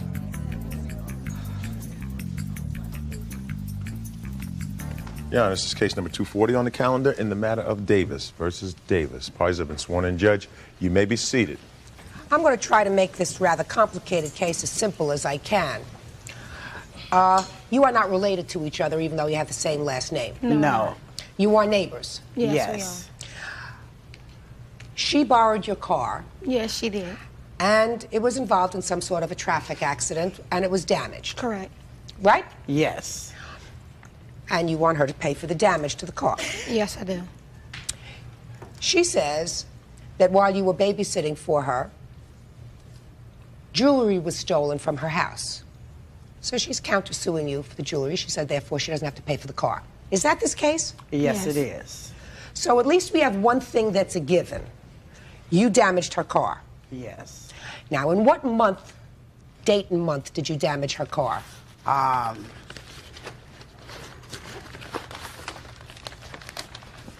you don't know this right off the top? July 12th, Your Honor. No, I don't. July 12th is when you borrowed the car. Yes. How was it damaged? Tell me. I was damaged on the on the driver's door. And how did you do that? I didn't do it. A car hit her car while I was parked. So she says, Your Honor. Whatever. You weren't there. Right. But it was damaged while it was in your control. Yes, ma'am. And it's not covered by insurance. No, it's not. Why did you let her borrow your car? Because she asked me if she can borrow my car to go to the grocery store. That's not true. And I said, do you have a driver's license? And she said yes. And I let her drive my car. When she left, my car was a brand new car. No, I understand that. She's acknowledging that the car was damaged while it was under her control. Did you have a driver's license? No, I did not. Why? Why did you use her car without having a driver's license? She sent her daughter to come get me, to go to Lucky's, to go get some milk and cereal for her daughter because she was sick. Your Honor. I did her a favor. Your Honor. She asked me to use my car. The first question I asked her, before I even answered her, was, do you have a driver's license? That's not true. She said yes. Shh. Just a second. Did you have insurance? No, I didn't. Why not? Well, I had got the car in May, and I moved in June. I guess my insurance papers, from what the car dealership told me, went to my old address. Being that I didn't get them in time, they pinned it because I only had it a month after I got my car. Well, so far you both sound very responsible. No insurance, no driver's license. It's a perfect match. Okay. All right. Now, when allegedly was this jewelry stolen and how? What month? It was stolen August 23rd. All right. 8/23. Now, between July 12th, when the car was damaged, and August 23rd, why didn't you pay her for the damage? Because, for one thing, when after the accident had happened, okay, I came straight to Rolanda, and I said, Rolanda, someone had hit your car. We came out, we looked at the car. She said, Rhonda, don't worry about it. It's not that much damage. It could have happened to me if I'd have had your car. She said, don't worry about it. Okay. Come on now. Shh. Right. And so? And so that was it, okay? August 23rd was my birthday. We needed a babysitter. Just a minute. So are you telling me that between July 12th, when our car was damaged. And August 23rd, there was no other discussion about paying for the car. None. None.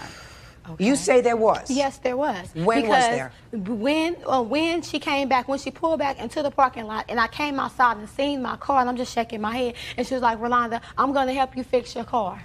She said she's been knowing people who can fix my car, Your Honor. She said she's been knowing people, and I'll come to her door, I'll ask for some time. I'll be like, have you talked to someone? No, and she'll be like, yeah, I know somebody who will fix the car. Okay. You know, and then she got mad one night and was like, I'm not going to fix your car. Who are you? I'm her witness and roommate. We live together. When she was at the store, I was at Rolanda's house sitting, waiting for her because the store is not very far from where we stay at.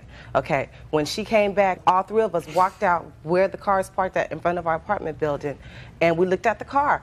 You know, I was looking like, where's the dent, you know? And it was very small, like maybe if someone opened their door and maybe hit the car or something like that, that's what it looked like. To me, it wasn't major I'm going to all. See pictures of it. I assume the pictures are It here. wasn't Yes, major I do at all. have my pictures to prove that they're not little itty bitty dents. I have pictures I have too. some. I have some damages that. Just a shut. Okay. That's certainly not an itty bitty dent. No, and that wasn't the dent that was in that car. Neither. Her car had been hit 3 times since that accident. Well, when did you take pictures of it? Maybe about 2 weeks ago when I knew that she was following this. Just a second. 2 weeks ago this happened? 3 July months the ago? 12th, Your Honor. Yes, but My case I didn't know she was going to file no suit against me or anything like this. When were these pictures taken? Those pictures were taken 3 days ago. 3 days ago? 3 days ago. Not interested in these pictures? Well, I have want to an see the estimate. Okay. I have right an estimate, after Your July Honor. 12th. I have an estimate, Your Honor, proving how much my driver's door does not open. My window is broken. That window was in that car. It has been rain, and my car, the door, it's rain, it's mildew stains inside of my car. Your husband Just a broke minute. the window. Hey! This damage report is 2.5 months after this incident. Yes. Okay. Your Honor, I'm telling the guys all the truth. She damaged my car. Judge Judy continues in a moment. You copped an attitude, which I have a feeling you can do very easily, and you said, I'm not doing that. And later today, Whoever made the decision that this was not going to be a long-term relationship, whether it was you or whether it was him, whoever it was, you're very lucky. real cases, real people. Judge Judy. Rolanda Davis says after she loaned her car to her neighbor, 36-year-old Rhonda Davis, she returned it with extensive damage. Rhonda admits the car was wrecked, but says Rolanda stole a gold ring from her home, making them even. She acknowledges she damaged your car. You do not have an estimate within a day, a two, a week after the accident. Right. $1,500 is practically what they charge just to look at a car. One of these car doctors, they come out in a white coat and they look at it. You know, the looking costs $1,500. So we're not talking about a lot of money. The damage that you caused to the car was at least probably $1,500. Yes. If they have to pull it out, they have to repaint it, they have to buff it out. You agree with that? Yes, ma'am. Okay. So $1,500 she's entitled to for the car. Now, you have to prove to me that she took your jewelry. Prove it. Only way that I can prove it is that when we got ready to leave, okay, when I got to the club, okay, Jocelyn noticed that my jewelry was gone. What I did, I immediately got on the phone. I called Rolanda. I dialed my number. Rolanda answered my phone. She said, hello. I said, Rolanda, this is Rhonda. First thing I said, how's the kids? She said, everything okay. I said, Rolanda, I left my rings on top of the TV. Can you please go get them for the kids won't mess with them? She said, okay. I said, I'm going to hold on until you do this, okay? I was holding on the phone. Whether Rolanda went in my room to check to see was the rings there or not, I was holding on. She came back to the phone. She said, okay, I got them. I said, okay, everything's okay? She said, yes. I hung up the phone. When I returned home, I say approximately maybe about 2:30, close to 2:45. Immediately as I walked in my door, I seen my table, the glass was broke, okay? Then Rolanda said, the window in the room is broke. I said, the room window. So I goes in the room and I pulls the curtain back. The whole window is busted out, okay? A family heirloom that I had from my grandmother that's passed, that was broke, okay? My rings was missing. all in one night. Okay. What happened? She called, and she did tell me that her ring was somewhere in her room. She did say that she would hold while I go in the room. I did not go in that room because I didn't want to be responsible for nothing coming up Just missing. a second. Okay. Stop you right there. All right. She called. She said, I'll hold on. Mm-hmm. I sat the phone Just down. a second. Okay. She said, I'll hold on while you go inside and get my rings because I don't want the kids. That's what she said to you. Right. And you did what? And I sat the phone down and sat there. I did not come back and reply to her, I got them. Yes, you did. Oh, sure you did. Yes, you did. That's what the reason sure you was did. holding on. Oh, No, hey. That's why I was, oh, excuse me. No. Excuse Hey. me. Oh, sure you did. She is lying. No, I did not. My Yeah, mother is right here. Let me tell you why you did. Let me tell you why you did. Because it doesn't make sense. It's not logical for you to have then walked back and said, I don't have the rings. I'm sorry. You put the phone down. You said, gonna wait a couple of minutes. You picked the phone up. You said, got him. I didn't say got him.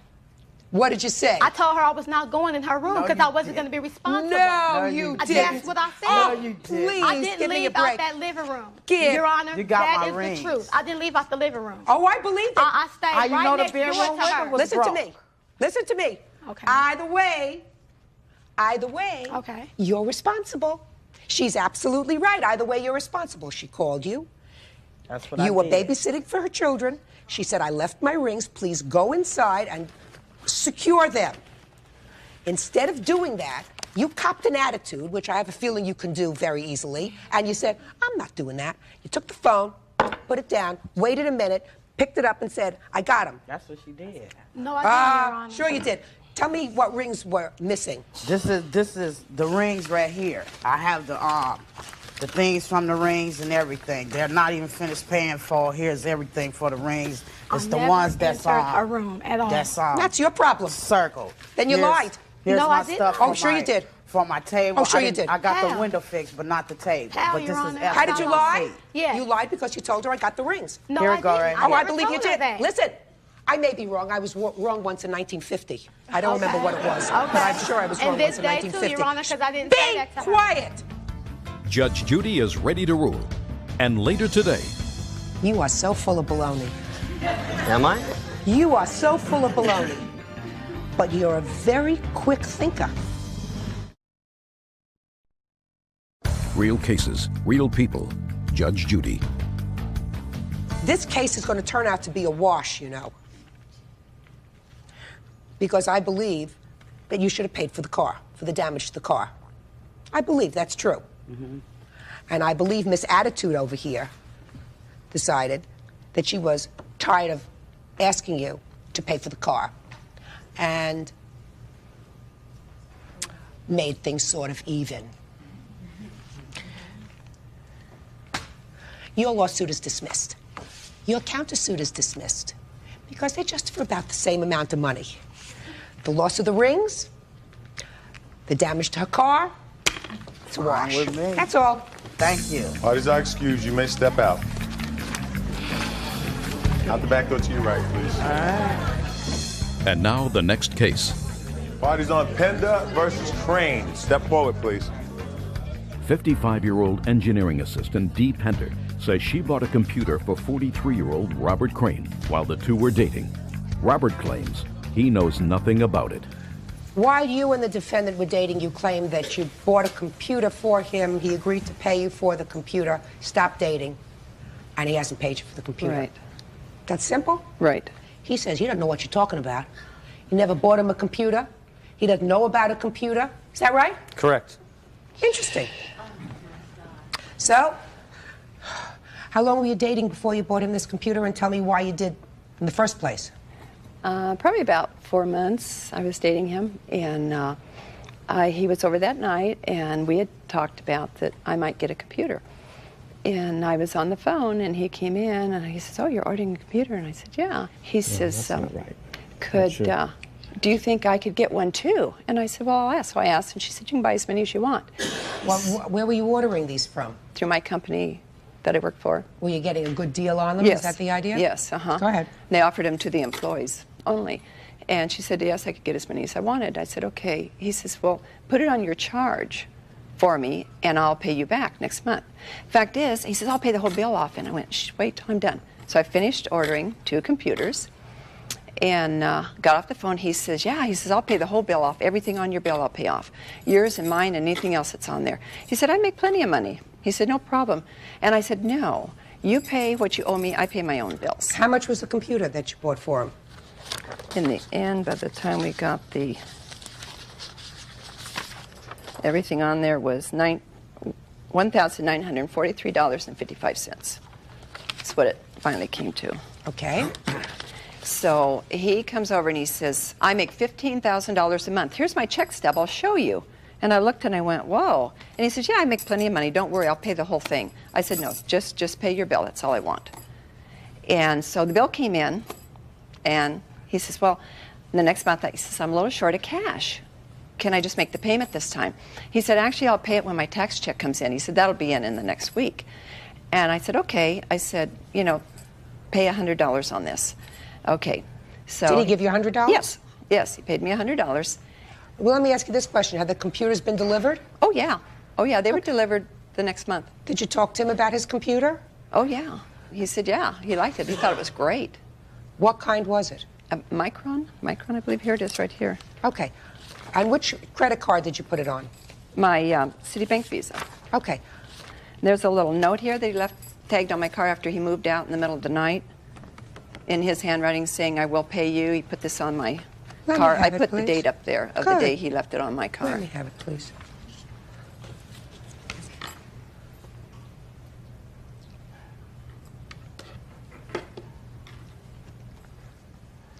Yes. I'm listening. Yes, ma'am. As far as this computer, she'd called me and said she purchased a computer. And as far as another computer, I know nothing about it. I was very shocked on this lawsuit that she served me. I was very shocked. I was very shocked. And the thing I did, I finally had to move because all she did was call me every night. She wanted to pursue this relationship. Hey, I didn't want to hear anything else about it. So I finally had to move because we lived in the same complex. I did not need to hear any more of this from her. If you can't be quiet, you have to leave. Do you understand? So the only thing I can see is she's very distressed that she couldn't pursue this relationship. So you think she bought these 2 computers that are clearly on her bill for somebody else, or maybe she just wanted 2 computers for herself? Possibly. As far as that, the only thing I knew, she called me up, she said, oh, I bought a computer.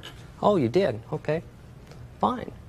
If there would be a copy of a check that you gave her for $100, what would that be for? It would be for some stamps that I purchased from her for a mail order business that she was going into, that I paid her for.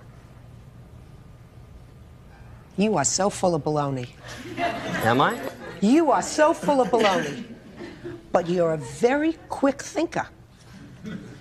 I'm not full of You're a very quick thinker. I don't have a check for $100, a copy of a check. But still, I just wanted to figure out, to see what your answer would be if you thought I had a copy of a check. That's what it would have been for. Oh, God. Must be smoking something real good. Judge Judy continues in a moment.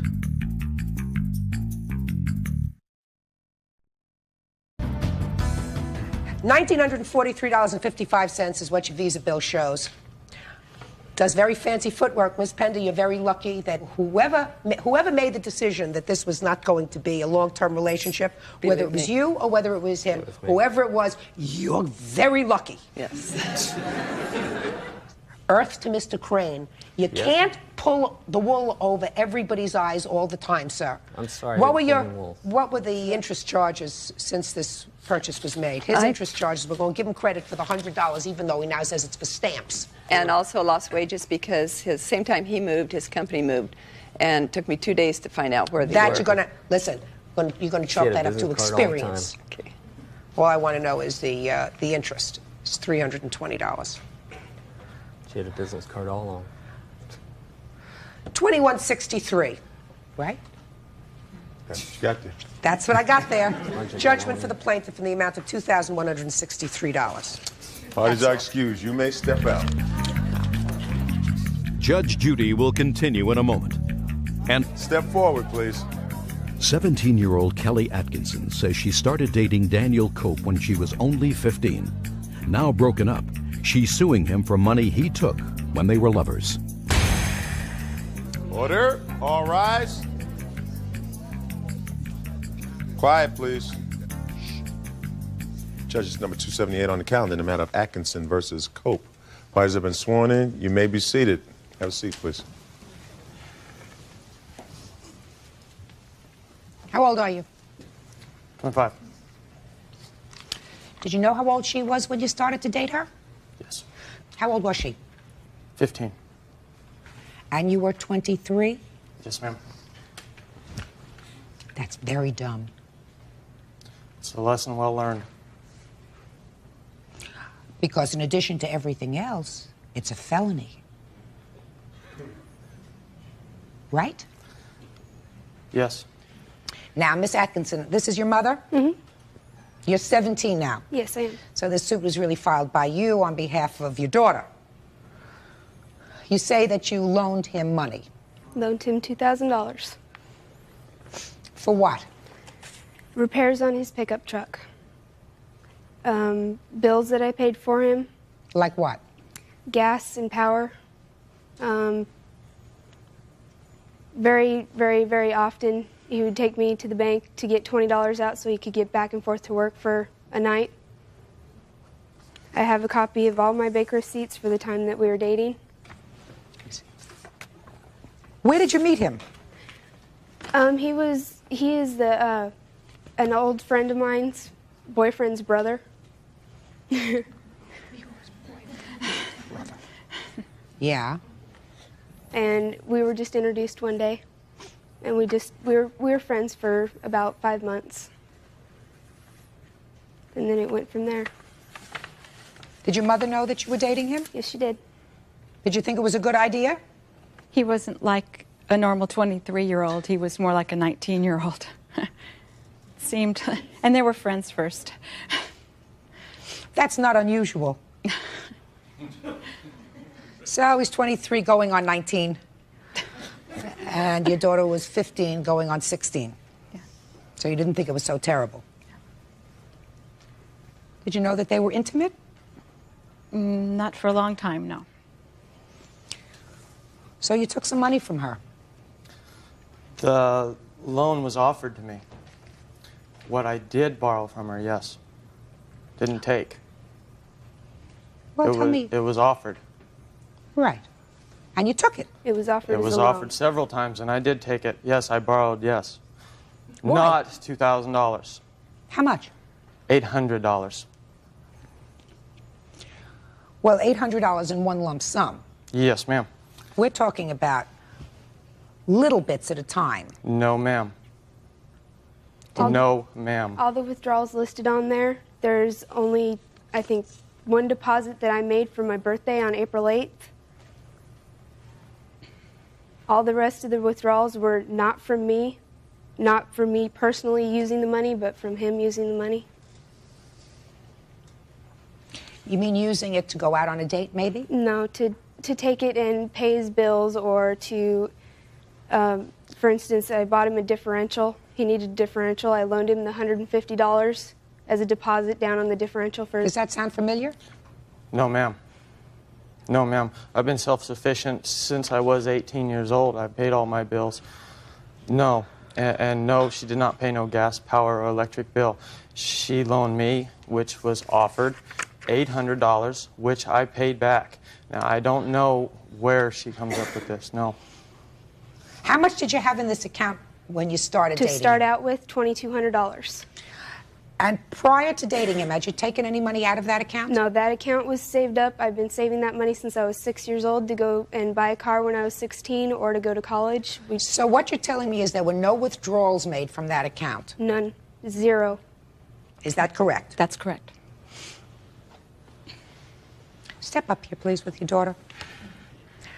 When did you find out that she was helping him out with money?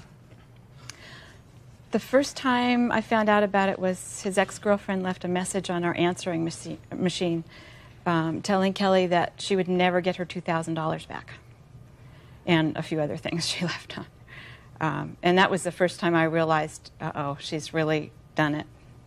She's given him some money. And I was afraid she wasn't going to get it back.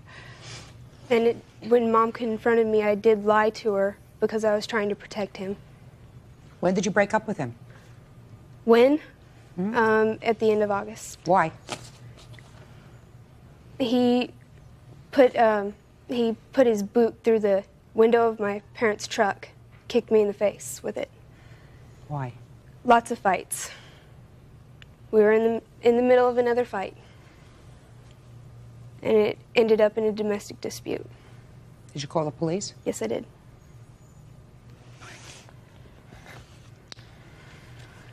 In addition to the $2,000 that you say you took out of your account and gave to him, you're suing for $5,000 and the other for medical bills. For what? During the time that we were together, I contracted a venereal disease, a virus called HPV.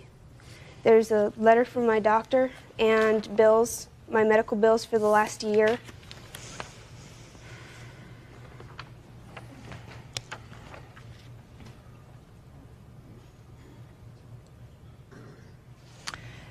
Did you have sexual relations with anyone other than him during this period of time? No. What are you laughing about? Why is that a funny question? No, just like that, no, no. Well, if you have some information that she had sexual relations with somebody else, I'll hear you, sir. She had a sexual relationship with a very close friend of mine. When? When? During the time that we were dating. Okay? The money that she loaned me, the $800, okay, yes, I did pay back. This was a doorway to open the account, and once the money had started being removed, the $800 that was loaned to me, then she went ahead and removed more money.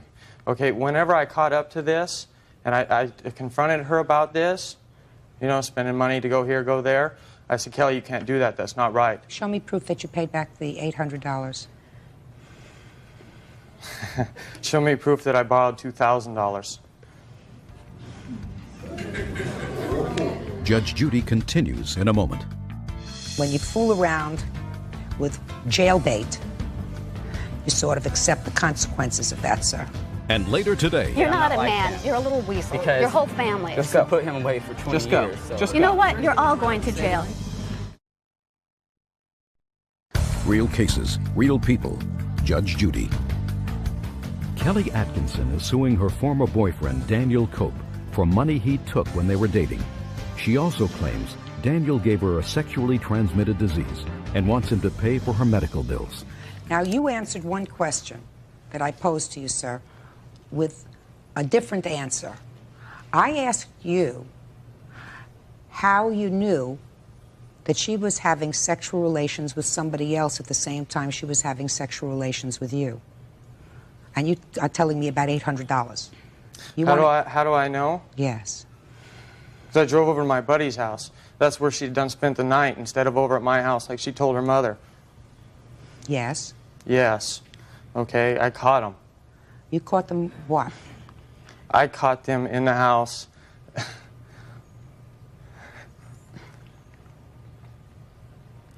Half dressed. Does that sound familiar to you? No, it does not. Well, would you tell me what he's talking about if you know? I have no idea. Well, tell me about it, sir. What do you want to know about it? She was supposed to be spending the night with you? Yes, Your Honor. And? And? She wasn't there? She was not there. So you went looking for her? I went looking for her, yes. Well, I'm making this very easy for you. Well, thank you. Good. How much are your medical bills? So far, out of pocket is $895. And I'm going to need many more. Well, you know, you're partially responsible, madam. So's your mother. Mm-hmm. In my judgment. You said it. He was 23, going on 19. Probably more like 15. So, he's no genius. Your daughter is 15, going on 16, and clearly she's no genius. You're supposed to be smart enough to put your foot down and say, I don't want you to see this guy because he's too old for you, and I don't think it's appropriate at your age. At age 15, to be dating somebody who's 23 is not appropriate. Maybe when you're 30 and he's 38, it's a different story. But right now, it's not appropriate. That's your job as a mother. Okay, now whenever Mom did find out about his age and how much we were hanging out together, I was lying to her, again, to try to protect him. Your mother still says she knew very well that you were dating him and that she gave her tacit approval because she felt that he was immature enough to be almost a contemporary of yours. And I trusted Which is them. a kind way of saying it.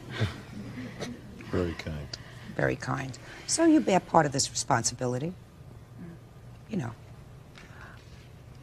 Have you had yourself tested, sir? I had myself tested, yes. Good. Do you have the results of the test? I have what they mail me is a card that says you're okay, fine, that you don't need to call us, you don't need to contact us, that you don't need to come in. Let me see. Okay, this does not say nothing, but it's a mailer, all right? Well, it doesn't say anything. What are you giving it to me for?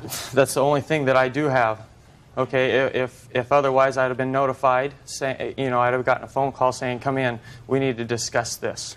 What made you go here for blood tests, sir? Because I started a new relationship, and I wanted to get tested. I wanted to make sure that, you know, before I have an intimate relationship with anybody, that I do not have a problem. Well, this is interesting because this was just done in October. Yes, ma'am. I have a new relationship. I heard that already. You sound like a broken record. But you stopped seeing her in August, right? A year ago. A year ago. Right. Right. So this doesn't tell me anything because I don't know whether you were tested a year ago and were treated during the course of that year for anything. Do you understand what I'm saying to you? Judge Judy continues in a moment. She'd been having sex for long before I come around. And later today, You're a lying scumbag. Your whole family is that way. Your dad constantly bails you out. Your whole family is that way. real cases, real people. Judge Judy. Kelly Atkinson is suing her former boyfriend, Daniel Cope, claiming he gave her a sexually transmitted disease. Daniel says he knows nothing about it. Mr. Cope, nobody is blameless in this situation. Unfortunately, you are the legal adult and she is the legal minor. And when you fool around with what we used to call, when I was a child, jailbait, you sort of accept the consequences of that, sir. You took out this money. This was your money supposedly for a car, For correct? a car or college, whichever I decided that was more important at the time. And so far you have medical bills in the amount of $895. I'm giving you a judgment in the amount of $2,895. I'm saying the following to you. You started off your life wrong. You're supposed to be smarter. Mm-hmm. You're 17 years old. Your mother is supposed to be smarter. Your mother is supposed to be protective. And as far as I'm concerned, this 15-year-old shouldn't have unfettered control over a substantial bank account. It's her money, but she's still a kid. Right. Fortunately, what was coming out wasn't money to buy drugs or other things, but it could have been. Mm-hmm. So you got to be very, very careful and very vigilant as a parent these days. I assume your new girlfriend is over the age of 18. Yes. Great. That's all. All right, are excused. You may step out. Back there to your right, please. And I thought maybe they'd be good for each other. Maybe she'd help him grow up a little bit, and he'd help her grow up a little bit. And now the next case. Party's on Lewis versus Lewis. Step forward, please. Secretary Royce Lewis is suing her 19-year-old stepson, Daniel Lewis, for money she loaned him to buy a stereo when he was 16. Okay, so that we understand who the cast of characters are in this case, this is your stepson. Yes. This is your biological son. Yes. Are you still married to his father? Separated. Married but separated. Right. Well, a couple of years ago, while you were probably all living together, correct? Yes. According to this, you made a loan to these two boys. Yes. To go out and buy some stereo equipment. At that time, he was 16. Yes. And it was your agreement that when he turned 18, he would pay you back. Yes. Turned 18? Yeah. What happened? He never paid me back. The agreement was that when he turned 18, and I didn't ask for interest or anything, and before I gave them both the money, which was cash, I said, this is with the understanding that when you each turn 18 and get your money from your trust account, that you will pay me back the money that I've loaned you. And they both said yes. I said, then go get stereos for your car. So you got a stereo for your car. Yes, I did. And you got one for your car. Correct. When did you separate from his father? About 2.5, maybe 3 months ago. And it was after that that you filed this lawsuit? Right. I told him I was going to the time we were together, and he said I couldn't because he's a pastor of a church and it's his son, and I wasn't allowed to. I said he owes me the money and he's not paying it, and you're not doing anything to get it. Well, but the marriage was already on. Right. Going. No, actually, no, it wasn't. Well, but then I'm going to tell you something. If you threaten to sue your husband's son, that's a good time for marriage to start to go south. Well, I didn't threaten immediately. I said, somehow something has to happen here. It's not right that he's getting away with all this. Okay. Okay. Our agreement, basically there was no agreement. She came up to, I did not ask for the money. I did not ask for anything from her. Me and James were both outside one day. She came right in front of our door. She walked down the stairs and was asking us if we had car stereos and how they worked and all this stuff. And she says, well, do you guys want to go down and get new CD players? And of course, I'm 16 years old. You know, I would love to have a new CD player for my car. So she gave us a blank check, said she told us how much we could spend. Me and James went down, got the same exact CD player. I came home, installed it in my car. Later that night, sitting in my room, she walked through the door and then told me that when I was 18, I could pay her back because I was getting my settlement. Okay? So what did you say to her at that point? Actually, I never said anything. I never actually said, okay, yes, I will do this, yes, I won't. But the thing is also, even if I had agreed to that, I moved up to Sacramento shortly before I turned 18. When I turned 18, I never heard nothing. To this very day, she has never verbally asked me for that money. That is a total lie. His dad has talked to him. Not since. Not talking about his dad. You said it's you. My dad left her 2 months ago, and that is when this is happening. And she's suing 4 of my dad's friends. Judge Judy continues in a moment. Have fun in jail because that's where you're going. Miss Lewis, a minor cannot make a contract. When he was 16 years old, he could not have entered into a contract, either oral or written, with you for anything. And there are times when, if you enter into an agreement when you're a minor, and if you ratify it later when you turn 18 or 21, depending upon the jurisdiction, then it can become enforceable. But he did not do that. He did not ratify it when he became 18. You cannot make a contract with a minor who is 16 and expect it to be enforced in a court. This lawsuit is dismissed. That's all. Parties are excused. You may step out. That's back. You got my case next, buddy. Yeah, I've already reported you to Wells Fargo. I really don't care. Right. I really don't care. Judge Judy will continue in a moment. And parties on Gigliotti versus Kemp. Step forward, please. 50-year-old attorney Jerome Gigliotti says Monica Kemp slashed his tires and keyed his car in the post office parking lot. Order. All rise. Quiet in the courtroom, please. Quiet in the courtroom, ma'am. Judge, this is case number 290 on the calendar in the matter of Gigliotti versus Kemp. Parties have been sworn in, Your Honor. You may be seated. Have a seat, ma'am. Mr. Gigliotti, you were going to the post office. Yes, Your Honor. You were driving. Yes, Your Honor. According to your complaint, you got to the post office and looking for a place to park, and all the parking spots were taken. It was about 10:40 in the morning. I drove into the parking lot. I noticed there was no spaces available. I looked over the parking space for the handicapped, and there was a car there, and I noticed that it had Louisiana license plates that were not handicap provided. I also looked at the front mirror to see if there was a placard there. So you got out of your car? Yes, I did. Then I went back to my car and I took out a Polaroid camera, and I took a picture of the car and my car as it was seated in the parking space for the handicapped, and then I wrote down the license plate number. And I also noticed when I was around front that it had a Navy parking sticker on it. So I copied down the number of that also. Okay. So far, what you were doing is you were outraged that somebody parked in the handicapped parking spot. Exactly, Your Honor. Okay, so then what did you do? Well, as I was writing down the license plate number from the car that was parked there, it was a black Plymouth, a woman came out of the post office, and she started yelling and screaming and waving her arms. She was waving her arms like this. And she said, you move that car, I'll move you. What do you mean? I don't understand. Why did you have to move your car? I had pulled in behind the car that was in the parking space in order to get out of the driveway, because the driveway was right next to that parking space. I pulled in behind it.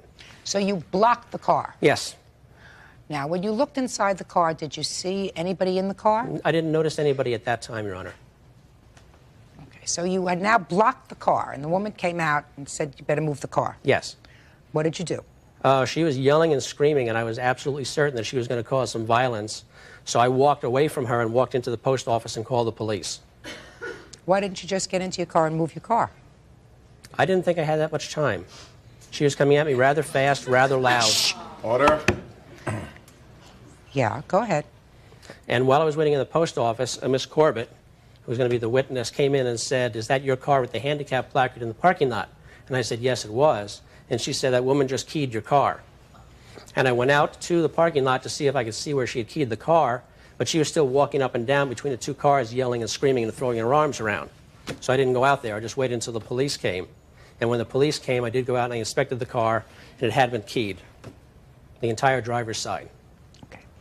You do have handicap plates on your car? I do. Why is that, sir? Because I have a back injury that limits my ability to walk. How long have you had that back injury? 2.5 years. And how long have you had the handicap plates? About 1.5 years. Mm-hmm. Step up, please. Yes. Can you tell me your name? Yes, I'm Janice Corbett. Miss Corbett, I assume you work in the post office. You're the postal worker. Yes, ma'am. Did you see this lady key his car? I saw this lady do a keying motion to his car. Describe what you saw. I saw her talking with another woman and some children, and she had her keys in her hand. She was frustrated. Then she went to the side of his car, and her arm turned.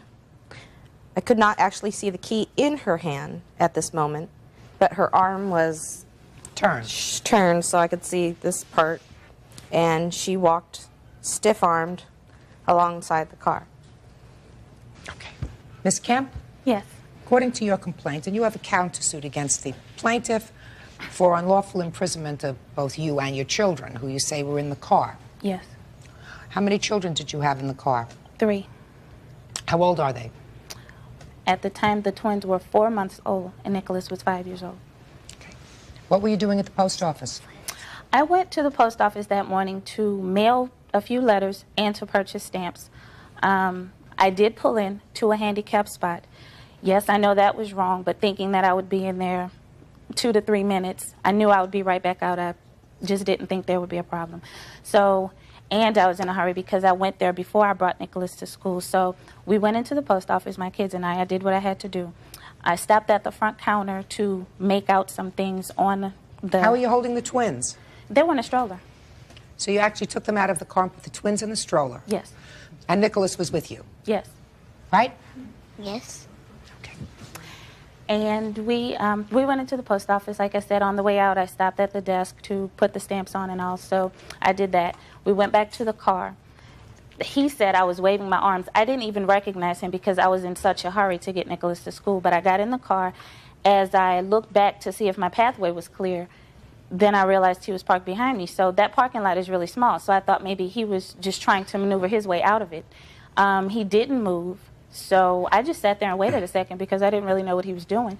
So he didn't move. I saw him come out of his trunk with a camera. So he started to take pictures, and so I didn't think anything. And then I looked up, and there was his handicap. I said, okay, I know what he's doing, and I know what I did. So I got out, and I was not enraged because I knew I was wrong. I became upset when he said he was not going to move. So I waited until he was done with it because I thought that would be the end of it. He's taking pictures. This is his evidence. They'll give me a ticket. That was not the end of it. So he went into the front part of his car to do what I don't know. So that's when I took a step to the back of my car, and I asked him, would he then move? He said there was no way in hell he was going to move, and he was the person that was yelling. I was not yet upset because I wasn't quite sure what his intentions were yet. Judge Judy will continue in a moment. When she came out, she was so violent that I was absolutely certain it was going to get into fisticuffs. I don't believe you, sir. I don't believe you. She's got 30 years and 30 pounds on me. Real cases, real people. Judge Judy. Jerome Gigliotti says Monica Kemp slashed his tires and keyed his car in the post office parking lot. Monica says Jerome blocked her car so she couldn't pull out, leaving her and her children trapped. You knew you had done something wrong. Right. But you knew that what he was doing, that he was gathering evidence so that he could present it to give you a ticket. After what, Okay. And he told me there was no way in hell he was going to move. I then started to tell him that, you know, I had to get Nicholas to school. I informed him that I did not have any more formula for my kids because I didn't bring any because I was intending a quick trip to the post office and to school. I assume you were pretty hot at this point, Ms. Kemp. I assume you were. I was not angry yet because I thought once I told him that, he would move. And I offered him other information of mine. I told him he could have my driver's license number. I did notice when he came to the front of the car, he was copying down my military information. I asked him, didn't he have enough information? He was ignoring me. When I offered more information, he ignored me. And at this point, when he started to walk off, I was like, I don't believe this. You are going to let us out, aren't you? And he just walked off. And so there was another woman who came up, and she just started to ask me what was the problem and are you okay, because by this point I had become extremely emotional because it's like, okay, this man is not going to move and my kids are in the car and it's hot and they were starting to cry and I was just really upset. I was scared. So she tried to calm me down. She went in the post office and she asked him to move. And did somebody else come into the post office and ask you to move, sir? Yes, Your Honor. Why didn't you? I told her I wasn't going to go out there so long as that other woman, Miss Kemp, was out there. All they wanted you to do was move the car. You did not see the condition that she was. She was yelling and screaming, waving her arms, and there was no way I was going to get into a fight with her. What was I going to do, throw a baby at you? Just a second. I had a baby in my arm. You know that all she wanted you to do was to move your car. She wasn't going to get into a fight with you because if she got into a fight with you, she couldn't get her kids in her car out. Come on, sir. Let's be honest with each other. You were very angry that someone had parked in the handicapped spot that was really reserved for you. Now, I can understand that. I can really understand that. There's nothing to suggest that you did anything wrong in taking down the license plate number, copying down the Navy information, taking a photograph of her parking in that spot. I'm telling you now, I do have a problem with you blocking her car, especially when you knew that there were children with her, twins, under 6 months old, and her son. I do. I mean, you came into court today, not in a wheelchair, sir. You didn't come in a wheelchair and you didn't come in a stretcher.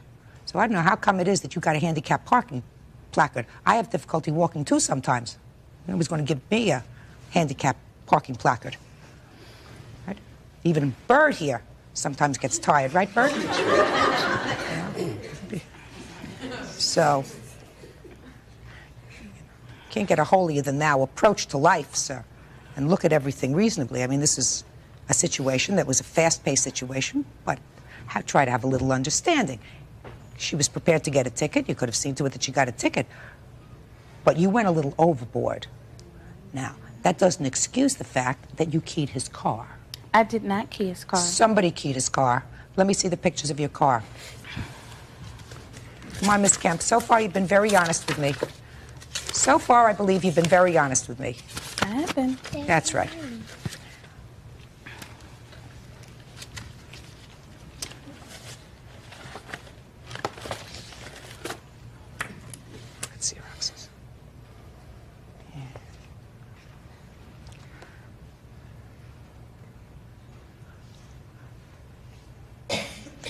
And aside from the scratch marks on your car,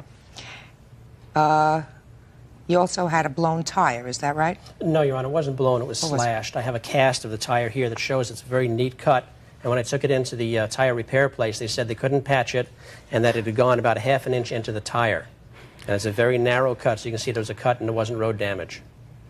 If it was cut, you must have cut it, because I didn't. Let me take a look at that, please.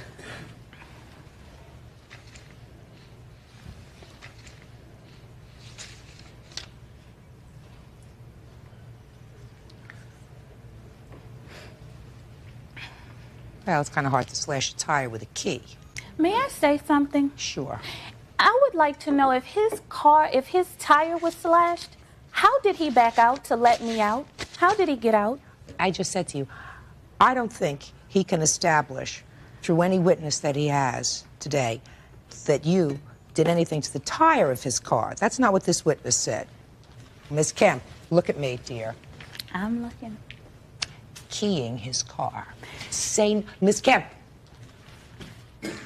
I'm not suggesting to you that the situation didn't enrage you. You had a right to be enraged. I know. I believe you had a right to be enraged. What you did was a violation. Sir, what she was engaged in was a violation. I find it disingenuous on your part to suggest that you feared for your life, and when you called the police, you said that a woman had just assaulted you, because that's what you wrote in your complaint. This woman never assaulted you. If she came out swinging her arms and being very agitated because her car was blocked, that is not an assault. Judge Judy will continue in a moment. What kind of work do you do? I'm an attorney, Your Honor. You must have a very slow practice. Real cases, real people. Judge Judy. Jerome Gigliotti says Monica Kemp did damage to his car at the post office. Monica denies she did anything wrong and says Jerome overreacted by blocking her car for 2 hours. Let me explain something to you, sir. You need help. What you found was a violation. No different from finding somebody parked in front of a fire hydrant. Same kind of violation. The action that you took was not in direct proportion to the violation that you observed.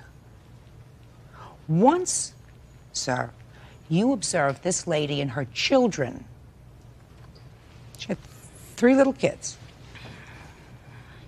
Wisdom would have been the better part of your action, and if you would have said, I now have the proof to take to the police, this is her car, this is this, she is going to get a ticket for parking in a handicapped spot, which was clearly wrong, you and I would have had no problem. And if she vandalized your car, which I believe that you did, Ms. Kemp. I see that, but I didn't. Yes, you did. Your action was not responsive to what you saw, sir. You did not exercise good, mature judgment. Good, mature judgment would have meant once you saw what she had in the car, which was 3 small children, you pulled the car out, let her leave, report it to the police, go to the Army barracks, do whatever you wanted to do in order to see to it that she had to pay an appropriate fine. It would have aggravated her enough to have paid a fine. What you chose to do was to create and incite a situation by blocking her car. That was dumb, stupid, and I guarantee you, if she had been 6'4" and a man walking out of that post office, you would not have blocked the car. No question in my mind, you would not have blocked that car. So, Your Honor, I have a I didn't intend to block her car. You I did. intended to take down the information. You When did. she came out, she was so violent that I was absolutely certain it was going to get into fisticuffs. I don't believe you, sir. I She's don't got believe 30 you. years and 30 pounds on I me. don't believe you, sir. 30 All you had years, to do, you wish. all you had to do was Look get like my in your great-grandfather. car. You had already taken the pictures. Get in your car and leave. And she, with her 3 small children, was not going to assault you. And you will never convince me otherwise, sir. Never. So, you have a lawsuit, and you are suing her for $5,000 for illegally parking in a handicapped space. Your Honor, I later found out that she lives 1 block from the post office. And? Just a second. She could have walked home if she wanted to. She's 1 block away. And you Sir could have Shay, moved. please, Don't respond to him. You're right, I shouldn't. Shh, please don't respond to him. First of all, how did you find out she lives a block away from the post office? I took the license plate down and I used the DMV in New Orleans, in Louisiana and Baton Rouge to find the registered owner. And then through the Postal Service, I obtained a forwarding address from that address to the address in San Diego. Do you work? Yes. What kind of work do you do? I'm an attorney, Your Honor. You must have a very slow practice. Yes. That's what I think. Because if you took the time over this nonsense that you have just told me about, you'd be far better to donate some of your time and some of your energy, sir, to the poor. I was sympathetic to you up to a point. There isn't a soul who drives a car that isn't infuriated when they are driving around and around and around and looking for a parking space and see somebody who has abused their parking privilege and parked in a handicapped spot. Not a soul who's driven a car who hasn't had that kind of frustration. You took it a step too far. And she has a cross complaint against you for $5,000 for unlawful imprisonment for a period of well over 20 minutes. Is that what it was? No. How long? It was like 3 hours. Until, from the time he blocked your car until the time the police came, how much time elapsed? From the time he blocked me until the time the first set of police arrived? How many sets of police arrived? They had to call someone else to make him move because he, and that's on my cross complaint also, about the intentional infliction of emotional distress. This is when my son became emotional because he would still not move. They had to call someone else to make him move. Why wouldn't you move when the first set of... He wanted me arrested. Why wouldn't you move when the first set of police came? The first set of police never asked me to move my car. I heard him. Well, you were no longer in fear. That's true. Just a second. You were no longer in fear, sir, because you now had police officers around. Why didn't you just move your car? Because they didn't tell me to. All they wanted to do was talk to me. He's lying. Judge Judy is ready to rule. I believe you keyed his car. Right? Let him fix it. I believe that your children suffered during that period of time. And I assume you'll never park in a parking space again. I haven't even been back to that place. Never. Your complaint is dismissed, and your countersuit is dismissed. Parties are excused. You may step out. Judge Judy will continue in a moment. And on the next... Forward, please. 30-year-old mother, Micheline Matar, says her 8-year-old daughter, Veronica, was bitten on the face by Maria Soria's dog. Are you dreaming of building a successful startup? Look no further. We have gathered business insights from the pros to guide you on your journey. Building a successful startup requires diligent planning and execution. It all starts with a unique and innovative idea. Remember, originality and differentiation are key in standing out from the competition. Next, develop a solid business plan. This will serve as your roadmap outlining your goals, target market, and strategies for growth. Be thorough and realistic in your projections. Having a well-thought-out plan will increase your chances of success. Another crucial step is assembling a talented team. Surround yourself with individuals who share your vision and complement your skill set. Their expertise and dedication will drive your startup forward. Seek advice from experienced entrepreneurs. Learn from their successes and failures. Their insights will be invaluable in avoiding common pitfalls and navigating the complex business landscape. In addition, secure adequate funding, whether it's through personal savings, venture capital, or angel investors. Having sufficient financial resources is essential for growth and sustainability. Embrace technology and digital platforms. Leverage social media, digital marketing, and e-commerce to reach a wider audience and establish your brand. Adapt to the ever-changing technological landscape to stay relevant and competitive. Lastly, be resilient and adaptable. Building a successful startup is a challenging journey filled with ups and downs. It's important to stay focused, learn from failure, and continuously innovate. Remember, the road to success is often paved with setbacks. So, if you're ready to start your startup journey, follow these insights from the pros. With determination, hard work, and the right strategies, you can turn your dream into a thriving reality. Good luck!